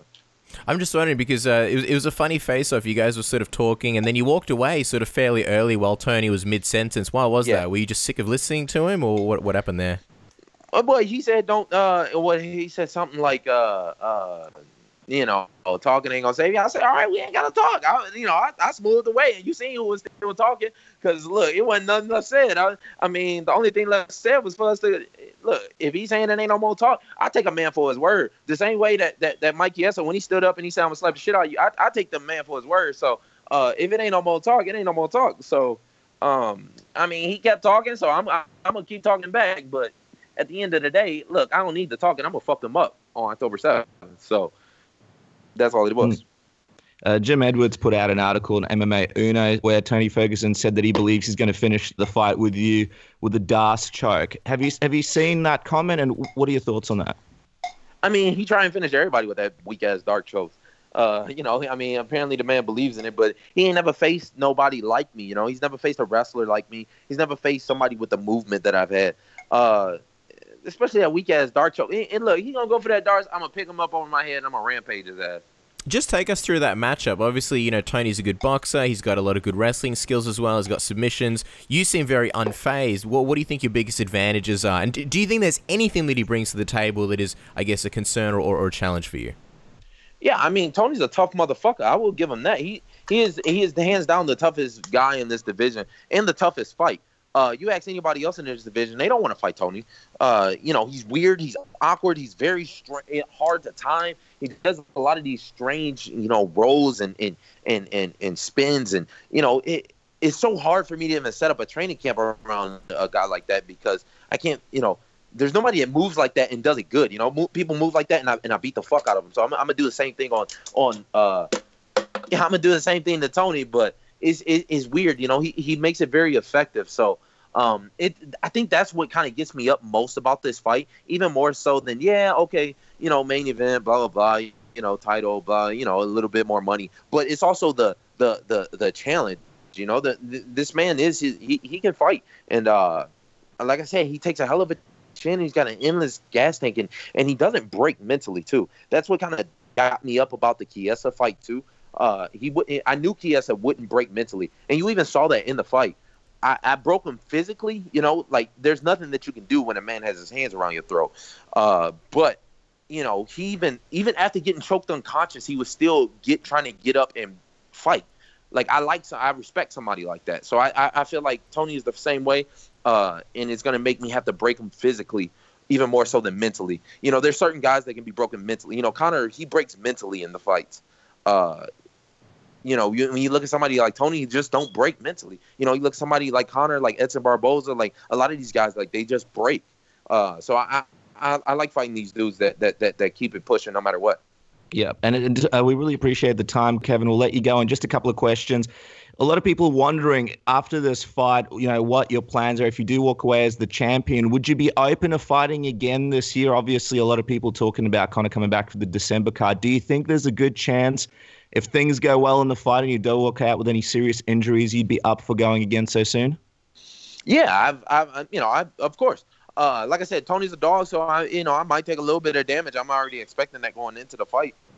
So we'll see after. But I think my perfect scenario would be, after I whoop up on Tony, I take out Khabib too in December 2nd and the UFC Detroit card. They still don't have a headliner for that bad boy. So look, if I won't own it, I'm on it. So. I kind of like that. Take out both the number one contenders, both guys that will be favored over Conor, and then we'll really make some money in next year. And that's exciting stuff. I'm just wondering, between Khabib and Conor, who do you think is the tougher challenge? That's a bit of a toss-up, no lie. Khabib's obviously, it's just different styles. Khabib's obviously got that wrestling that you have to watch out for, that you can't underestimate. And Conor does have that thump in that left hand. You really can't, You can't disrespect that. If I had to choose a pick, I would probably say Khabib, just because. Look, I ain't gonna lie. It's a toss up. Either way, Tony to me is tougher than both of them. So that's what kind of gets me up a little bit more. As far as like finding a number one contender after this for the real title, I don't know. I would have to see who would make their best case. But as far as like the actual fight itself, I might say Khabib, but Conor breaks, man. Conor, I love a motherfucker that break. So look, by the second round, he up out of there. He think he can put look. The fans are crazy as fuck if they think Conor will put me away in one shot. Like they're crazy. Well, there you go, guys. I mean, that's the way you're selling UFC 16 is amazing. You and Tony, in your mind, the toughest test in the division. What's the official prediction? As we let you go, Kevin, how do you see yourself getting your hand raised at UFC 216 on October 7th? I'm going to fuck Tony up. I might even show out on the man a little bit. Apparently the fans don't really know my skill like that. They only see me fight Chiesa, and the man got up out of there in one round. I didn't even plan on taking Chiesa to the ground. So... look, I'm going to fuck Tony up. I didn't even use my A game versus Chiesa, so I might go out there. I might show off my A game a little bit and not even try and put this man away. Well, it's exciting times, Kevin Lee. And also, it's your birthday in a few days on September 4th. I know you're knee-deep into camp and, big times coming up, but what's the plans? Are you still planning a 25th birthday celebration? Like I said, I just got off the phone. I'm purchasing a house now, so I guess that'll be kind of a little birthday gift to my goddamn self. But I started up a hashtag 25 to life before the Chiesa fight, and that means I'm going to be a world champion at 25. So look, the best birthday present ever will be October 7th. Wow, there you go. That's amazing. Guys, make sure to follow him on Twitter and Instagram at Motown Phenom. And what people don't know, what you said before this interview, was that you actually already bought your parents a house, and now you're buying your own house. 25 years old. Not even 25 years old, you've already got your own house. Suffice to say, we're super jealous, but we're excited. You vs. Tony Ferguson, interim lightweight belt, UFC 216 October 7th in Las Vegas T-Mobile Arena. And, of course, it'll be October 8th here in Australia due to the time difference. Kevin, we can chat to you all day, but we've been greedy, so we'll let you go. Get out of your hair. Thank you so much for your time. We appreciate it. My man, appreciate it. Hey, this is Kenny Florian, and you're listening to Submission Radio. All right, guys. Our next guest, you may remember from his awesome appearance in the Submission Radio Mahogany Lounge at UFC 214. He's very kind with his time then, and he's very kind with his time now. Seemingly one of the busiest men in MMA. You can check out his amazing work on MMA Junkie. I'm, of course, talking about John Morgan, who I'm very excited to welcome back to Submission Radio. John, welcome to the program.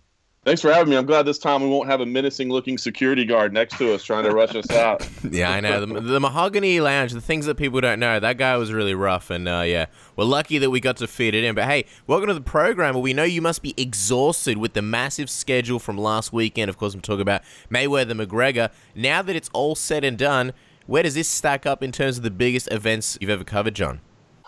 Man, it was pretty unique. I'm not going to lie. I'm pretty run down by it, even as a veteran of the game. But it was weird, because we were all just surrounding ourselves and building ourselves up for one fight. And that was so unique. Normally on a fight week, yes, of course, you're favoring, a championship fight or the headliner or whatever. But at MMA Junkie, I mean, we cover everything in depth. So, a UFC event, we're writing multiple preview stories, multiple angles. On the night of the fight, we're doing a live play-by-play for the entire card. Afterwards, we're interviewing every single winning fighter and putting a story up on the site. And this night, it was all about just one fight, So that was pretty unique.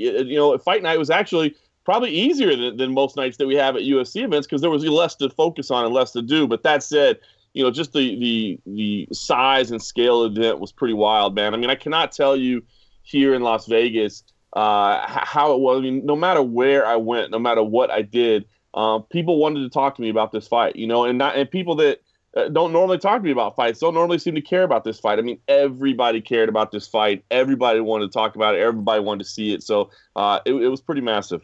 And we saw that during the week there was media for UFC 215, 216, and Dana White's Contender Series on top of everything else going on. So what was the experience like, and was it more grueling than UFC 200 Fight Week last year?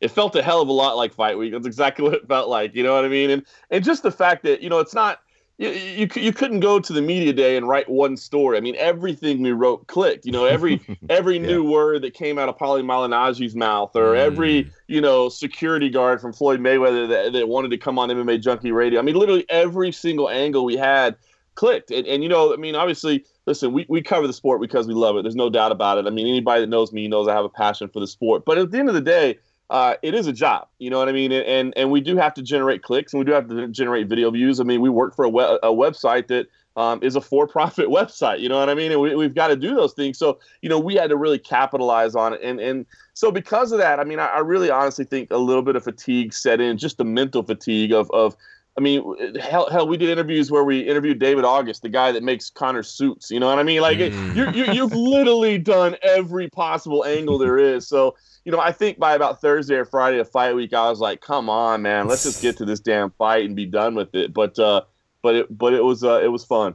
Yeah, and cannot tell you enough how much of a great job you guys all at MMA Junkie and, of course, MMA Junkie Radio did. And, it was a mix of boxing media, general outlets, and, of course, the MMA media. How did it end up mashing together, and were there any funny moments from everyone sort of trying to get the best positions in the media events to shoot the action? We know there's been some, funny moments here in Australia when you guys come down. Bro, you don't even know, man. it was crazy. Well, first of all, it's kind of funny because, I mean, I think I read at one point there was like 2,000 credentialed media people for this event. So, I mean, imagine how ridiculous that is. Most of them weren't inside the arena. There was a big tent on fight night, a media village tent where most of the people were, and then they bust them over actually into the arena afterwards, where the post-fight press conference was actually in the arena bowl. But yeah, it was definitely different. I mean, I'm not gonna lie. Until like the week of, I wasn't sure we were definitely gonna get credentialed. I mean, we're an MMA site, right? This was being run by the boxing media. I mean, what if Showtime or Mayweather Promotions decided, look, we don't care if you're there or not. This is a boxing event. So that was a little weird, like not even knowing if we were going. And then, it was the organization left a little bit to be desired at times. So it was a bit of a madhouse every time we did something. I think, like the press conference, I think was a great example. I mean, the press conference wasn't open to the public, which seemed kind of weird. And I don't think anybody knew that, to be honest with you. And because of that, if you guys watch that, the atmosphere was kind of dead. You know what I mean? I thought it really been cool. Instead, it was just this dead silent auditorium. And so that was bizarre. But, the doors opened like an hour and a half late for that. So, I mean, myself and Ken Hathaway, we always show up a good hour before the doors open to anything just to make sure we're first in line, because we want to make sure we get there the minute the doors open, that we can get set up, that we get the position that we want to shoot from, that we have time to check through all of our gear. If there's any issues, we can fix that. So, we get there early, but then we end up waiting 2.5 hours just to get in. And then when we get in, there's assigned seats. Now, imagine this, a theater. It's the Ka Theater there in the MGM. So if you've ever been in it, it's a big theater. And there are little stickers on every chair that have people's name on it. Now, they don't tell you what section you're in, what row you're in. You don't know where your assigned seat is. There just is an assigned seat for you, and you've got to locate it as you're streaming into the auditorium. And by the way, carrying your bag or bags full of gear, maybe a tripod. It was bizarre, man. It was a wild one.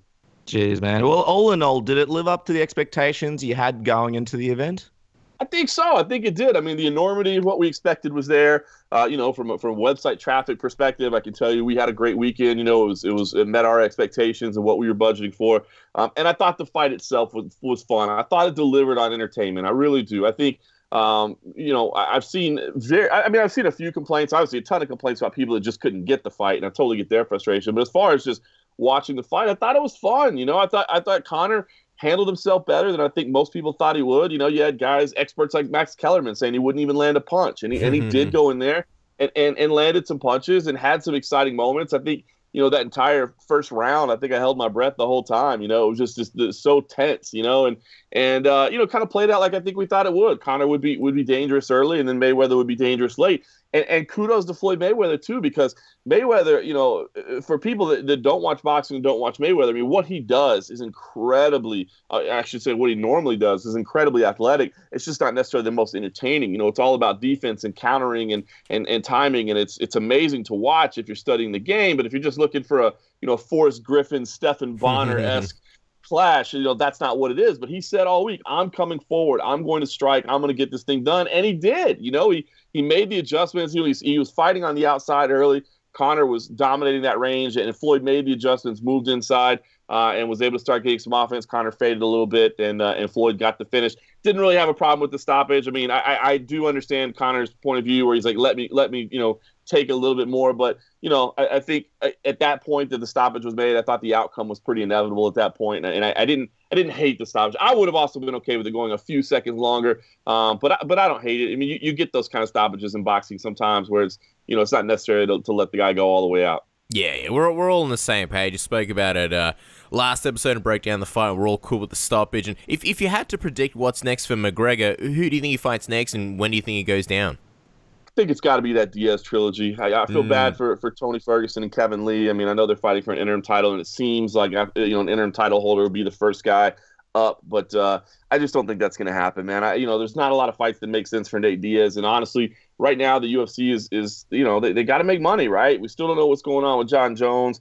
Brock Lesnar and Ronda Rousey are gone. Conor, made some money for the UFC, but didn't make as much money as he could have for the UFC this year had he fought a couple times in the octagon. So, I think they've got to do what they can. And, I think if anything, the result is kind of a blessing for MMA fans that want to see Conor back in the UFC because, had he won this fight against Floyd Mayweather, I'm sure another boxing offer would have come in that would have hugely financially trumped anything he could do in the cage. So, in some ways, I think this was a great result.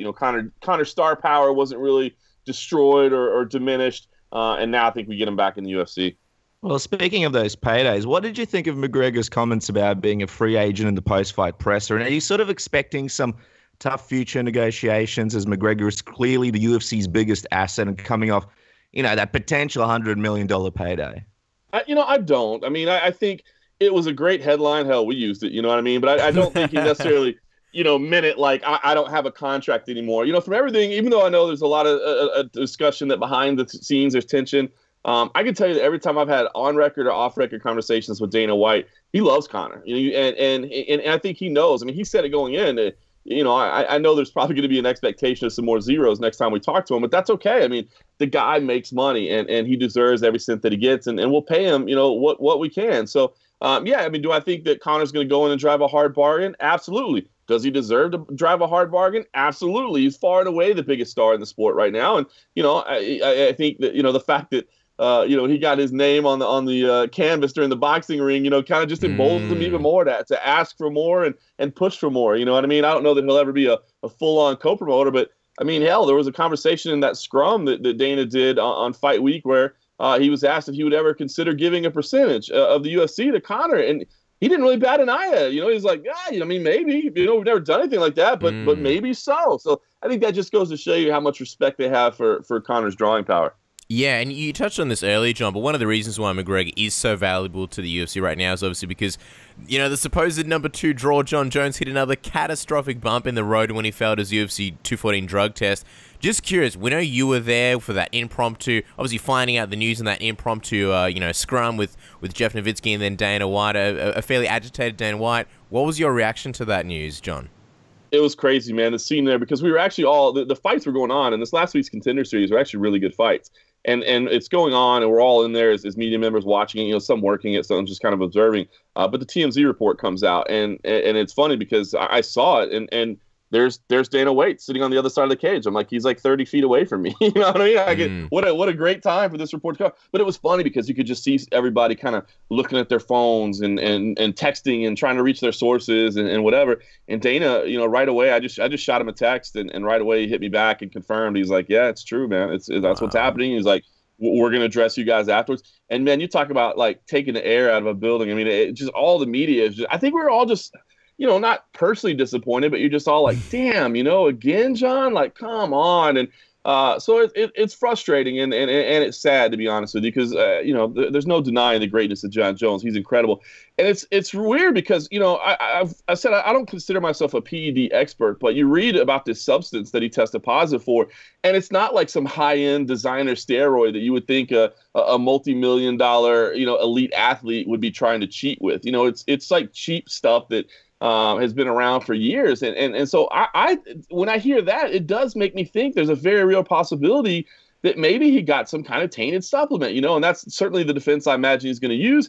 And it could be very possible. But how are people going to react to that? And how's USADA going to react to that? I mean, it is a second offense, and it may be two offenses that kind of have asterisks next to them and it has some conditions around them. But, you give people the benefit of the doubt once. Can you do it again? Especially in the court of public opinion. I don't know. And just, on that, obviously the drug you're talking about is obviously the oral steroid turinabol. What did you make of the fact that Jon passed 2 random drug tests earlier in the month, but then he failed the scheduled post-Wayne's test? A lot of people found that very strange because, and I believe his agent mentioned it. I mean, if again, we don't know what's happened. It's he's still in that process yet where he's getting the B sample tested. But if you're gonna cheat, why would you cheat on the test that is coming? Much less for an oral steroid that it's like you mentioned, kind of cheap and kind of hard to come by.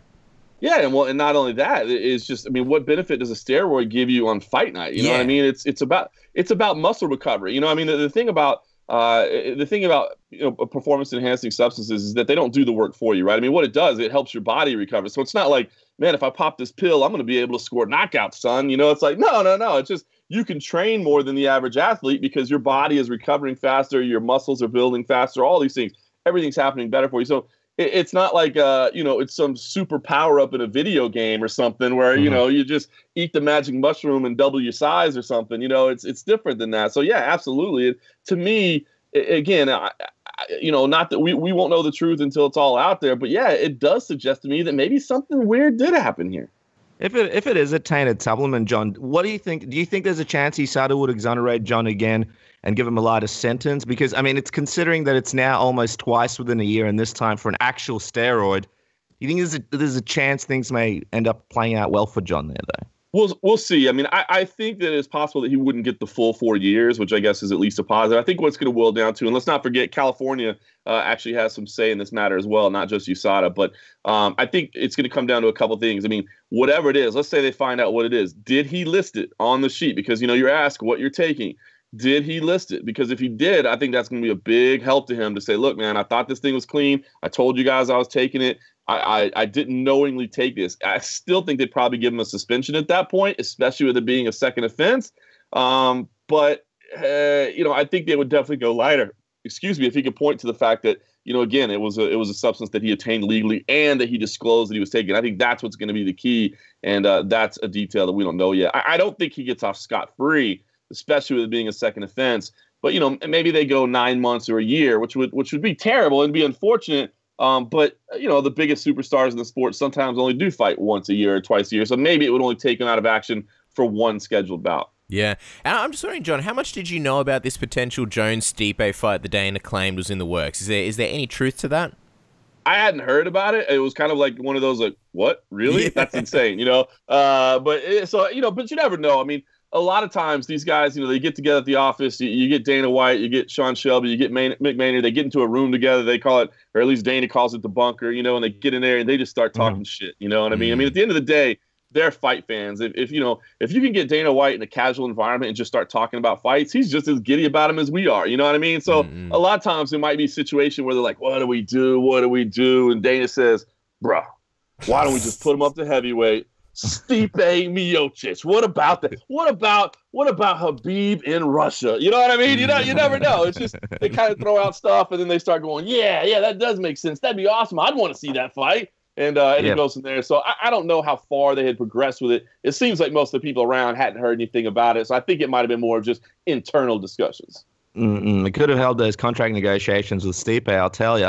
I know you're about to go up to Dana White's Contender Series, and just touching on that, there has been some negative feedback from fans about Snoop Dogg once again, who's an alternate commentator on that show, because he released a video on Instagram, and he had some choice words for Conor McGregor. Some people felt like it was a little bit out of line. He kind of crossed it, and Snoop technically being considered a UFC commentator, and even though he did kind of give him some props near the end there, what was your take on that Instagram video? And do you actually believe a line was crossed, John?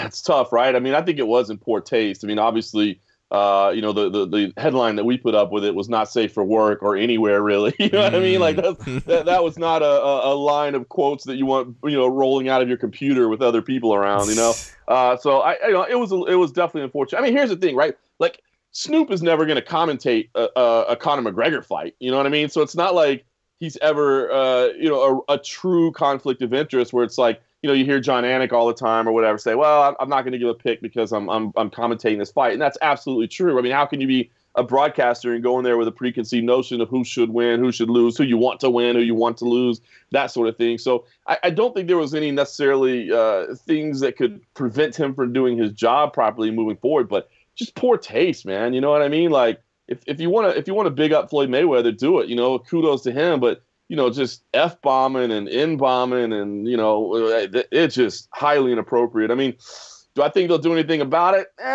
Probably not. Probably not. I mean, if what Dana is saying is true, I mean, the viewership on the Snoopcast has been moving up week in and week out. And truthfully, I mean, it is an experiment. They could very easily just do it tonight and then never do it again and not make a big deal out of it. They don't even have to say it was this was a decision we made because of, this comment or whatever. It's just like, well, we tried it. It was good, but we didn't want to. And I think Dana made an offhanded comment last week that it's not cheap, to have Snoop there. Obviously, he's got a talent fee, and then they've also got a trailer set up outside with so he can smoke weed whenever he wants because he can't do it inside the gym anymore thanks to the NSAC. So they've got that trailer rental fee in there, probably some added security. So we'll see. But yeah, I mean, listen, am I so offended by it that I think, I got to call for this guy's job right now?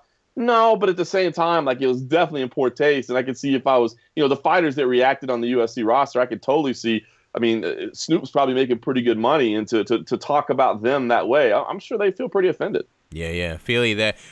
John, we'll let you go in just a moment. Just a couple more quick questions. Obviously, the world of MMA moves on, so we look to the future. MMA is finally back, especially in terms of the UFC. There's more content coming. There's a couple of fun fights happening this weekend at Rotterdam. One person no longer on the card, of course, is Jermaine Durandamy. What was your reaction to this injury? And with fans being pretty critical of her after refusing to fight Cyborg not too long ago, how much of a bump in the road is this for her, sort of trying to get back into the swing of things?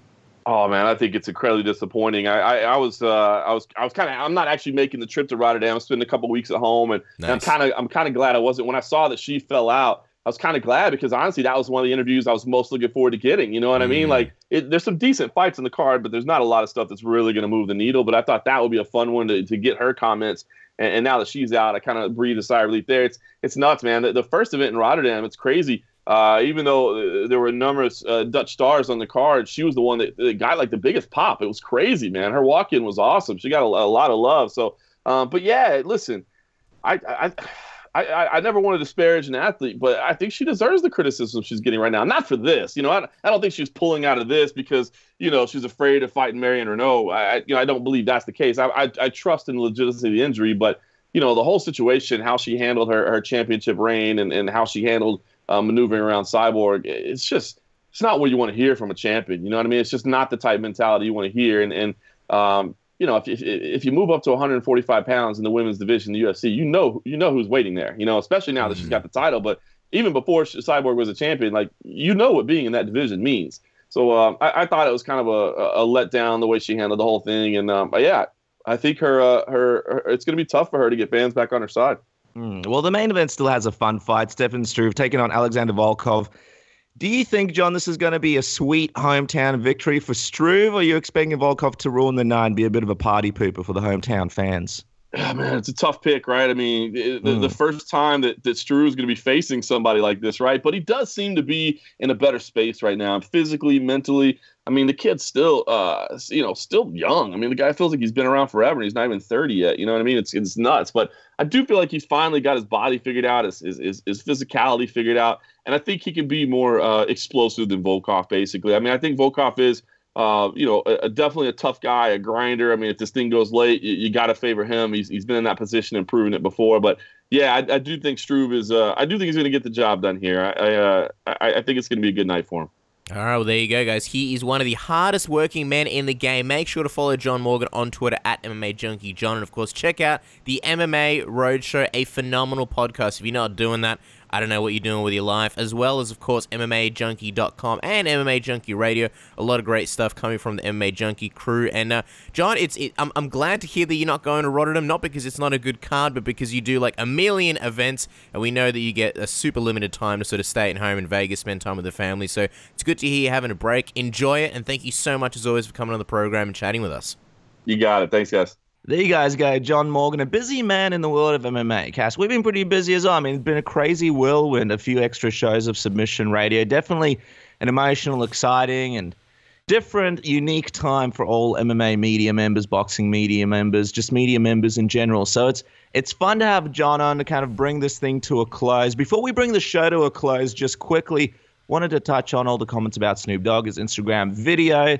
What were your thoughts? Because there's a lot of criticism about this, and I was wondering, what do you think about all this? Yeah, I know a lot of people are really pissed off and up in arms, and I understand that.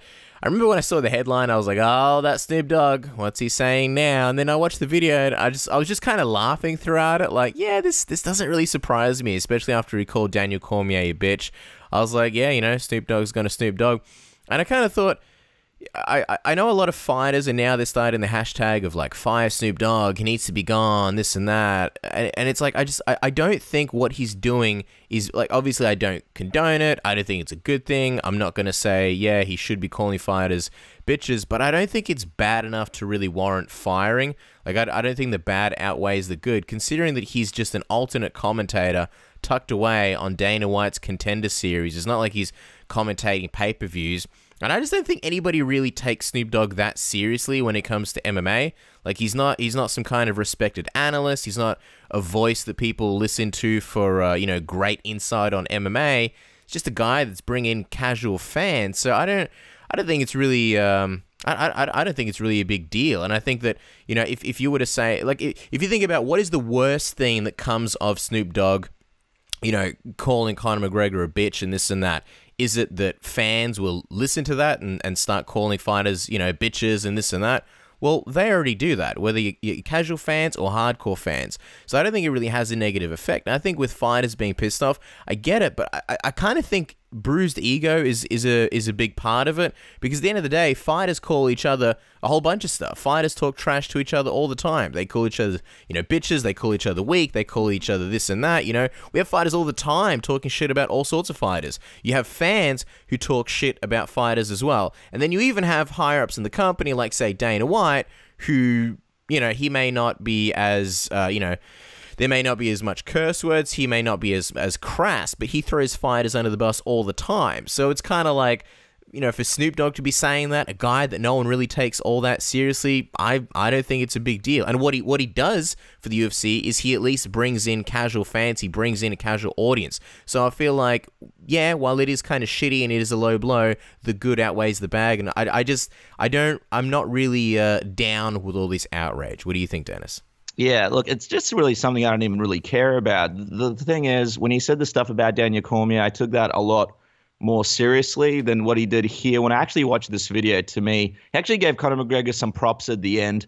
And to me, it was just Snoop Dogg being Snoop Dogg. I mean, a lot of the stuff that he said about Conor McGregor, I think if you're not into the hip hop culture, if you don't really know Snoop Dogg that well, and some of the things, some of the reactions that he's had in the past, I think he was just reacting to the fight. He was just having fun, and at the end he said Conor McGregor has some heart and stuff like that. So he gave him some props at the end. I don't really think he was out there when he called him a bitch. He wasn't when he obviously you take it literally when you see it and he says the N-word and all that kind of stuff. But he didn't. I don't believe he actually meant it as in, you're a bitch, Conor McGregor. I think he was just reacting. He was excited, and in the end, he gave him some props. At the end of the day, the thing with Snoop Dogg is, if you hire Snoop Dogg, he's going to be Snoop Dogg. You can't change Snoop Dogg. You can't make him talk like someone that he's not. He's definitely not a professional broadcaster. This is the way that he speaks. We're talking about a guy that, is an OG when it comes to gangster rap and has done, narrated, and I'm pretty sure there's some pornos there and just a whole bunch of stuff. So it's like, when you pay for the guy, he's going to do that. I don't think he meant it in too much ill will. I think he just said it playfully. The stuff that he said about Conor McGregor, I think he meant nicely at the end. I understand the fighters don't like it. It's up to them to decide whether they like it or not. I'm not a fighter. I could definitely see them feeling like he doesn't have the right to say it. But to me, this isn't anywhere as bad as what he said about Daniel Cormier. And at the end of the day, like he said, look, if the UFC want to get more numbers up and it's working to get more eyeballs in front of the fighters, then maybe he is going to be someone they hold on to. But to me, it wasn't anything too big. It wasn't a big. I feel like it got blown way out of proportion, and it's not as big of a deal as a lot of articles make it out to be. And I think you hit the nail on the head. Like, there are so many other issues at the moment, that you can talk about in MMA, whether it's, fighter pay, whether it's the way that the higher-ups treat fighters, the promotion, Reebok. There are so many issues, and it's kind of funny to see fighters, banding on this one thing, which is Snoop Dogg. It's kind of like if your house is on fire and you're complaining that the grass is mowed incorrectly. There are just bigger things to worry about. And like you mentioned, when you hire Snoop Dogg, you hire him for promotion. You hire him to get eyeballs. I don't think they even really care what he says, to be honest. And, Kenny Florian was on our show a couple of weeks ago, and he made a good point, saying, hey, Snoop Dogg should maybe do a training camp and see what it's like. And, I think that there would definitely be a lot of value in that, and I'm not saying it's a bad idea. I think it's a good idea, but at the same time, if you're Snoop Dogg, you probably have a billion other better things to do, and the UFC are probably like, we're really lucky to be having this guy, even wanting to do this. I think if they said, hey, Snoop, you can keep doing this, but you have to go through a training camp, he would say, I'm getting the fuck out of here. I have much better things to do. I'm not doing a training camp. Yeah, I mean, you hire Snoop Dogg to be Snoop Dogg. He's never going to be a well-balanced professional broadcaster. So yeah, the whole notion of it, we'll just see what the UFC decide to do. And look, with these fighters, that they want to criticize them, I'm happy for them to criticize. I mean, I'm not a fighter, and if they don't like it, I can see their point of view, but I just see a lot of casual people really sort of freaking out over it, and I just think it's kind of taken a little bit wrong. And again, the reaction of the video, the Snoop Dogg being Snoop, and you and me being Snoop Dogg fans probably for like 10 years and seeing most of his stuff, we kind of understand where he was coming from a little bit better than, I guess, someone who doesn't listen to hip-hop, maybe is a little bit older and takes everything literally. But anyway, we'll see what happens with this saga and where it goes next. Guys, we want to thank you for joining us on the program. A big thank you to John Morgan, John Nash, Tommy Toehold, Richard Perez, and Kevin Lee, Kevin Lee is just such a fun guy. Really excited to see what happens next. I know a lot of people are giving this matchup, a lot of criticism, but again, it's two young guys. It's Tony Ferguson, it's Kevin Lee. At least it's an exciting matchup, and I'm really interested to see what happens there, Cass. Yeah, you're 100% right. It is a really fun matchup. I get excited for these matchups where it's two elite guys, and I'm curious because I feel like Kevin has a lot to prove in this one. Tony's sort of already for a long time been considered a contender, and if Kevin Lee can go in there and beat him, wow, what a year that would be for Kevin Lee. I mean, and then it really opens up a lot of possibilities. Look, I'm just happy that the lightweight division is moving, I mean, the whole fact that it is an interim title was a bit perplexing, but the fact that, if Conor McGregor is out for an extended period of time, it does make a lot of sense in a lot of ways, so I'm excited. And what a guy. Buying a house, he's not even 25, he'll be 25 in a few days, and he bought his parents a house already. What a nice guy. If I had that kind of money, I think my parents would be living in a box while I'd be living in a mansion. But yeah, suffice to say, I'm mega jealous. As a 27 going on 28-year-old who does not have a house, I'm a little bit jealous of Kevin Lee. Oh, for sure. And buying a house, by the way, in Melbourne, for everybody listening, you need about $1 million to move anywhere near the city. So it's a crazy time here. Again, we want to also give our thoughts and prayers of some horrible stuff going on over there in America. We hope everybody's safe. We see everybody's helping out. And, of course, anything that we can do, anything that we can spread, any kind of foundations, anything like that, let us know. We're happy that we're able to sort of put out a show and try and help take some minds off some of the horrible things going over there. So, guys, again, thanks so much for tuning in. We'll be back next week. Have a safe week, and we'll catch you then.